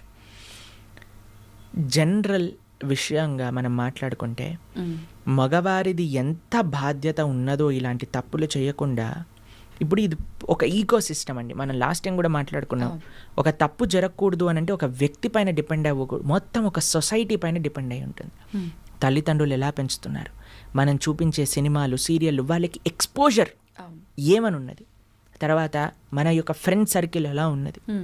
ఇంకొక విషయం చెప్తాను, ఎంత పురుషుడికి ఎంతైతే ఇంద్రియ నిగ్రహం ఉండాలో, ఎంత రెస్పెక్ట్ఫుల్ యాటిట్యూడ్ ఉండాలో, అంతే ఒక స్త్రీకి కూడా ఆ రకమైన గౌరవం, ఒక డిస్టెన్స్ మెయింటైన్ చేయడం అనేది తెలుసుకోవాలి. ఇలాంటి కేసుల గురించి మాట్లాడట్లేదండి, జనరల్ సొసైటీ గురించి మాట్లాడతాం. ఎవరికి ఏ హద్దు ఏంటి అని తెలుసుకోవాలి మనం. ఇప్పుడు మీకు ఒక విషయం చెప్తాను, మీరు ఆశ్చర్యపోతారు. ఇప్పుడు నేను కాషాయ వస్త్రం వేసుకున్నాను, భగవంతుడి యొక్క సేవలో ఉన్నా. మేము ప్రోగ్రామ్కి వెళ్ళినప్పుడు కూడా కొంతమంది మమ్మల్ని ప్రభుజీ మీరు మమ్మల్ని పెళ్లి చేసుకుంటారా అని అడిగిన వాళ్ళు కూడా ఉన్నారు, తెలుసా మీకు? అలా ఎలా అడుగుతారు ప్రభుజీ అసలు? అదే నేను చెప్తున్నాను. అందుకే మేము ఎప్పుడు కూడా ఒంటరిగా ఏ ప్రదేశానికి వెళ్ళాం, ఎప్పుడైనా సరే మా డివోటీస్ మాతో పాటు పట్టుకొని వెళ్తాం అనమాట. ఎందుకంటే ఈరోజు వాళ్ళకి ఆ రెస్పెక్ట్ లేదు. నేను చూశాను స్వయంగా కాబట్టి మీకు చెప్తున్నాను. కాబట్టి మనం చాలా జాగ్రత్తగా ఉండాలండి. అందుకే మేము ఎప్పుడు ఎవరితో ఒంటరిగా ఏ స్త్రీతోటి మాట్లాడాం. మీరు మమ్మల్ని గమనించారనుకోండి, ఎప్పుడు కూడా ప్రతి ఒక్కరిని మాతాజీ అని పిలుస్తాం. కాబట్టి ఆ భావన మాకు నిరంతరం ఉంటుంది. కాబట్టి ఎవరైనా స్త్రీని చూసేసరికి ఒక మాతృ భావన మా లోపల కలుగుతుంది అనమాట, ప్రణామం చేస్తాం. కాబట్టి ఇప్పుడు చూడండి, ఒక హద్దును మెయింటైన్ చేస్తాం. కొన్నిసార్లు మాతో ఫోటో దిగాలి అని వచ్చినప్పుడు కూడా మేము వెంటనే పక్కకి జరిగి నమస్కారం చేస్తాం. అవునా కాదా చెప్పండి? అవును ప్రభుజీ. ఎందుకు అని అంటే ఆ హద్దు అందరూ మెయింటైన్ చేయాలి, ఒక పురుషుడే కాదు ఒక స్త్రీ. ఏ విధంగా అంటే ఒక మన యొక్క వస్త్రధారణ ఎలా ఉన్నది, మనం ఎంత క్యాజువల్ అయిపోతున్నామో, ఎంత డిస్టెన్స్ చేస్తున్నాం అనేది చాలా ముఖ్యంగా చూడాలండి. కాబట్టి మీరు ఒక ఏమంటాం, ఒక పెనం పైన, కాలుతున్న పెనం పైన వెన్న వేశారనుకోండి, కరుగుతుందా లేదా చెప్పండి? ఏయ్ నేను కాలుతాను కానీ నువ్వు కరగద్దు అని అంటారా? వెన్న ఆగగలుగుతుందా అండి? లేదు, సాధ్యపడదు. కాబట్టి మనం ఈ హద్దును మెయింటైన్ చేయాలి ఒక స్త్రీ యొక్క అందుకే మన సనాతన ధర్మం is a very beautiful society అండి. ఎలా స్త్రీలు ఎలా ఉండాలి, పురుషులు ఎలా ఉండాలి, నీ యొక్క బాధ్యత ఏంటి, నీ యొక్క బాధ్యత ఏంటి, ప్రతి ఒక్కళ్ళకి వాళ్ళ వాళ్ళ బాధ్యతలు చెప్పారండి. రాముడు ఏకపత్ని వ్రతం చేశాడు ఆయన. అలా సీతమ్మ తల్లి అంత పతివ్రత వ్రతం ఆవిడ చేసేది. ప్రతి ఒక్కరికి వ్రతం ఉన్నదండి, పురుషుడికి ఉన్నది, స్త్రీకి ఉన్నది. లేదు పురుషుడు ఒక్కడే చేయాలి, స్త్రీ నేను ఎలా ఉన్నా పర్వాలేదు అని మనం అనకూడదు. అలా అని వాళ్ళు ఏదైనా పర్వాలేదు మనకు బానిసలు అని వీడు అనుకున్నాడు అనుకోండి, పరమ చండాలమైన ఆలోచన అది. కాబట్టి ఈ సొసైటీ మారాలి అని అంటే దేనివల్ల మారుతుంది అని అంటే మనం దేన్ని ప్రోత్సహిస్తున్నాం, దేన్ని చూపిస్తున్నాం, దేన్ని వినిపిస్తున్నాం. మీకు ఒక విషయం చెప్తాను. రామాయణం సీరియల్ చూపించినప్పుడు, ఎప్పుడైతే ఫస్ట్ టైం రామాయణ సీరియల్ భారతదేశంలో చూపించారో, క్రైమ్ రేట్ ఆటోమేటిక్గా తక్కువైపోయిందట. ఎందుకంటే అందరూ రామాయణాన్ని చూస్తున్నారు, అందరూ అందులో ఉండే మంచి విలువలను చూపిస్తున్నారు. దాని తర్వాత ఎప్పుడైతే, మీకు ఒక విషయం చెప్తాను, మీరు చాలా ఆశ్చర్యం అనుకోవచ్చు, ఎందుకు ప్రభుజీ సీరియళ్ళని సినిమాలని ఇలా అంటున్నారు అని అంటే దాని యొక్క ప్రభావం ఉంటుంది. రీసెంట్గా మేము ఒక వీడియో చూసాం, అందులో ఒక చిన్న పిల్లవాడిని అడుగుతున్నారు, ఇంత చిన్న వయసు నీది గుట్కా తింటున్నావు, ఏం అవ్వదా నీకు అని అంటే, హీరోకి ఏమవ్వంది నాకెందుకు అవుతుంది అని అన్నాడు. అయితే ఆ హీరోకి ఎందుకు అవుద్ది అంటే ఆయన తింటున్నాడు కదా యాడ్లలో, ఆయనను చూసే నేను తిన్నా.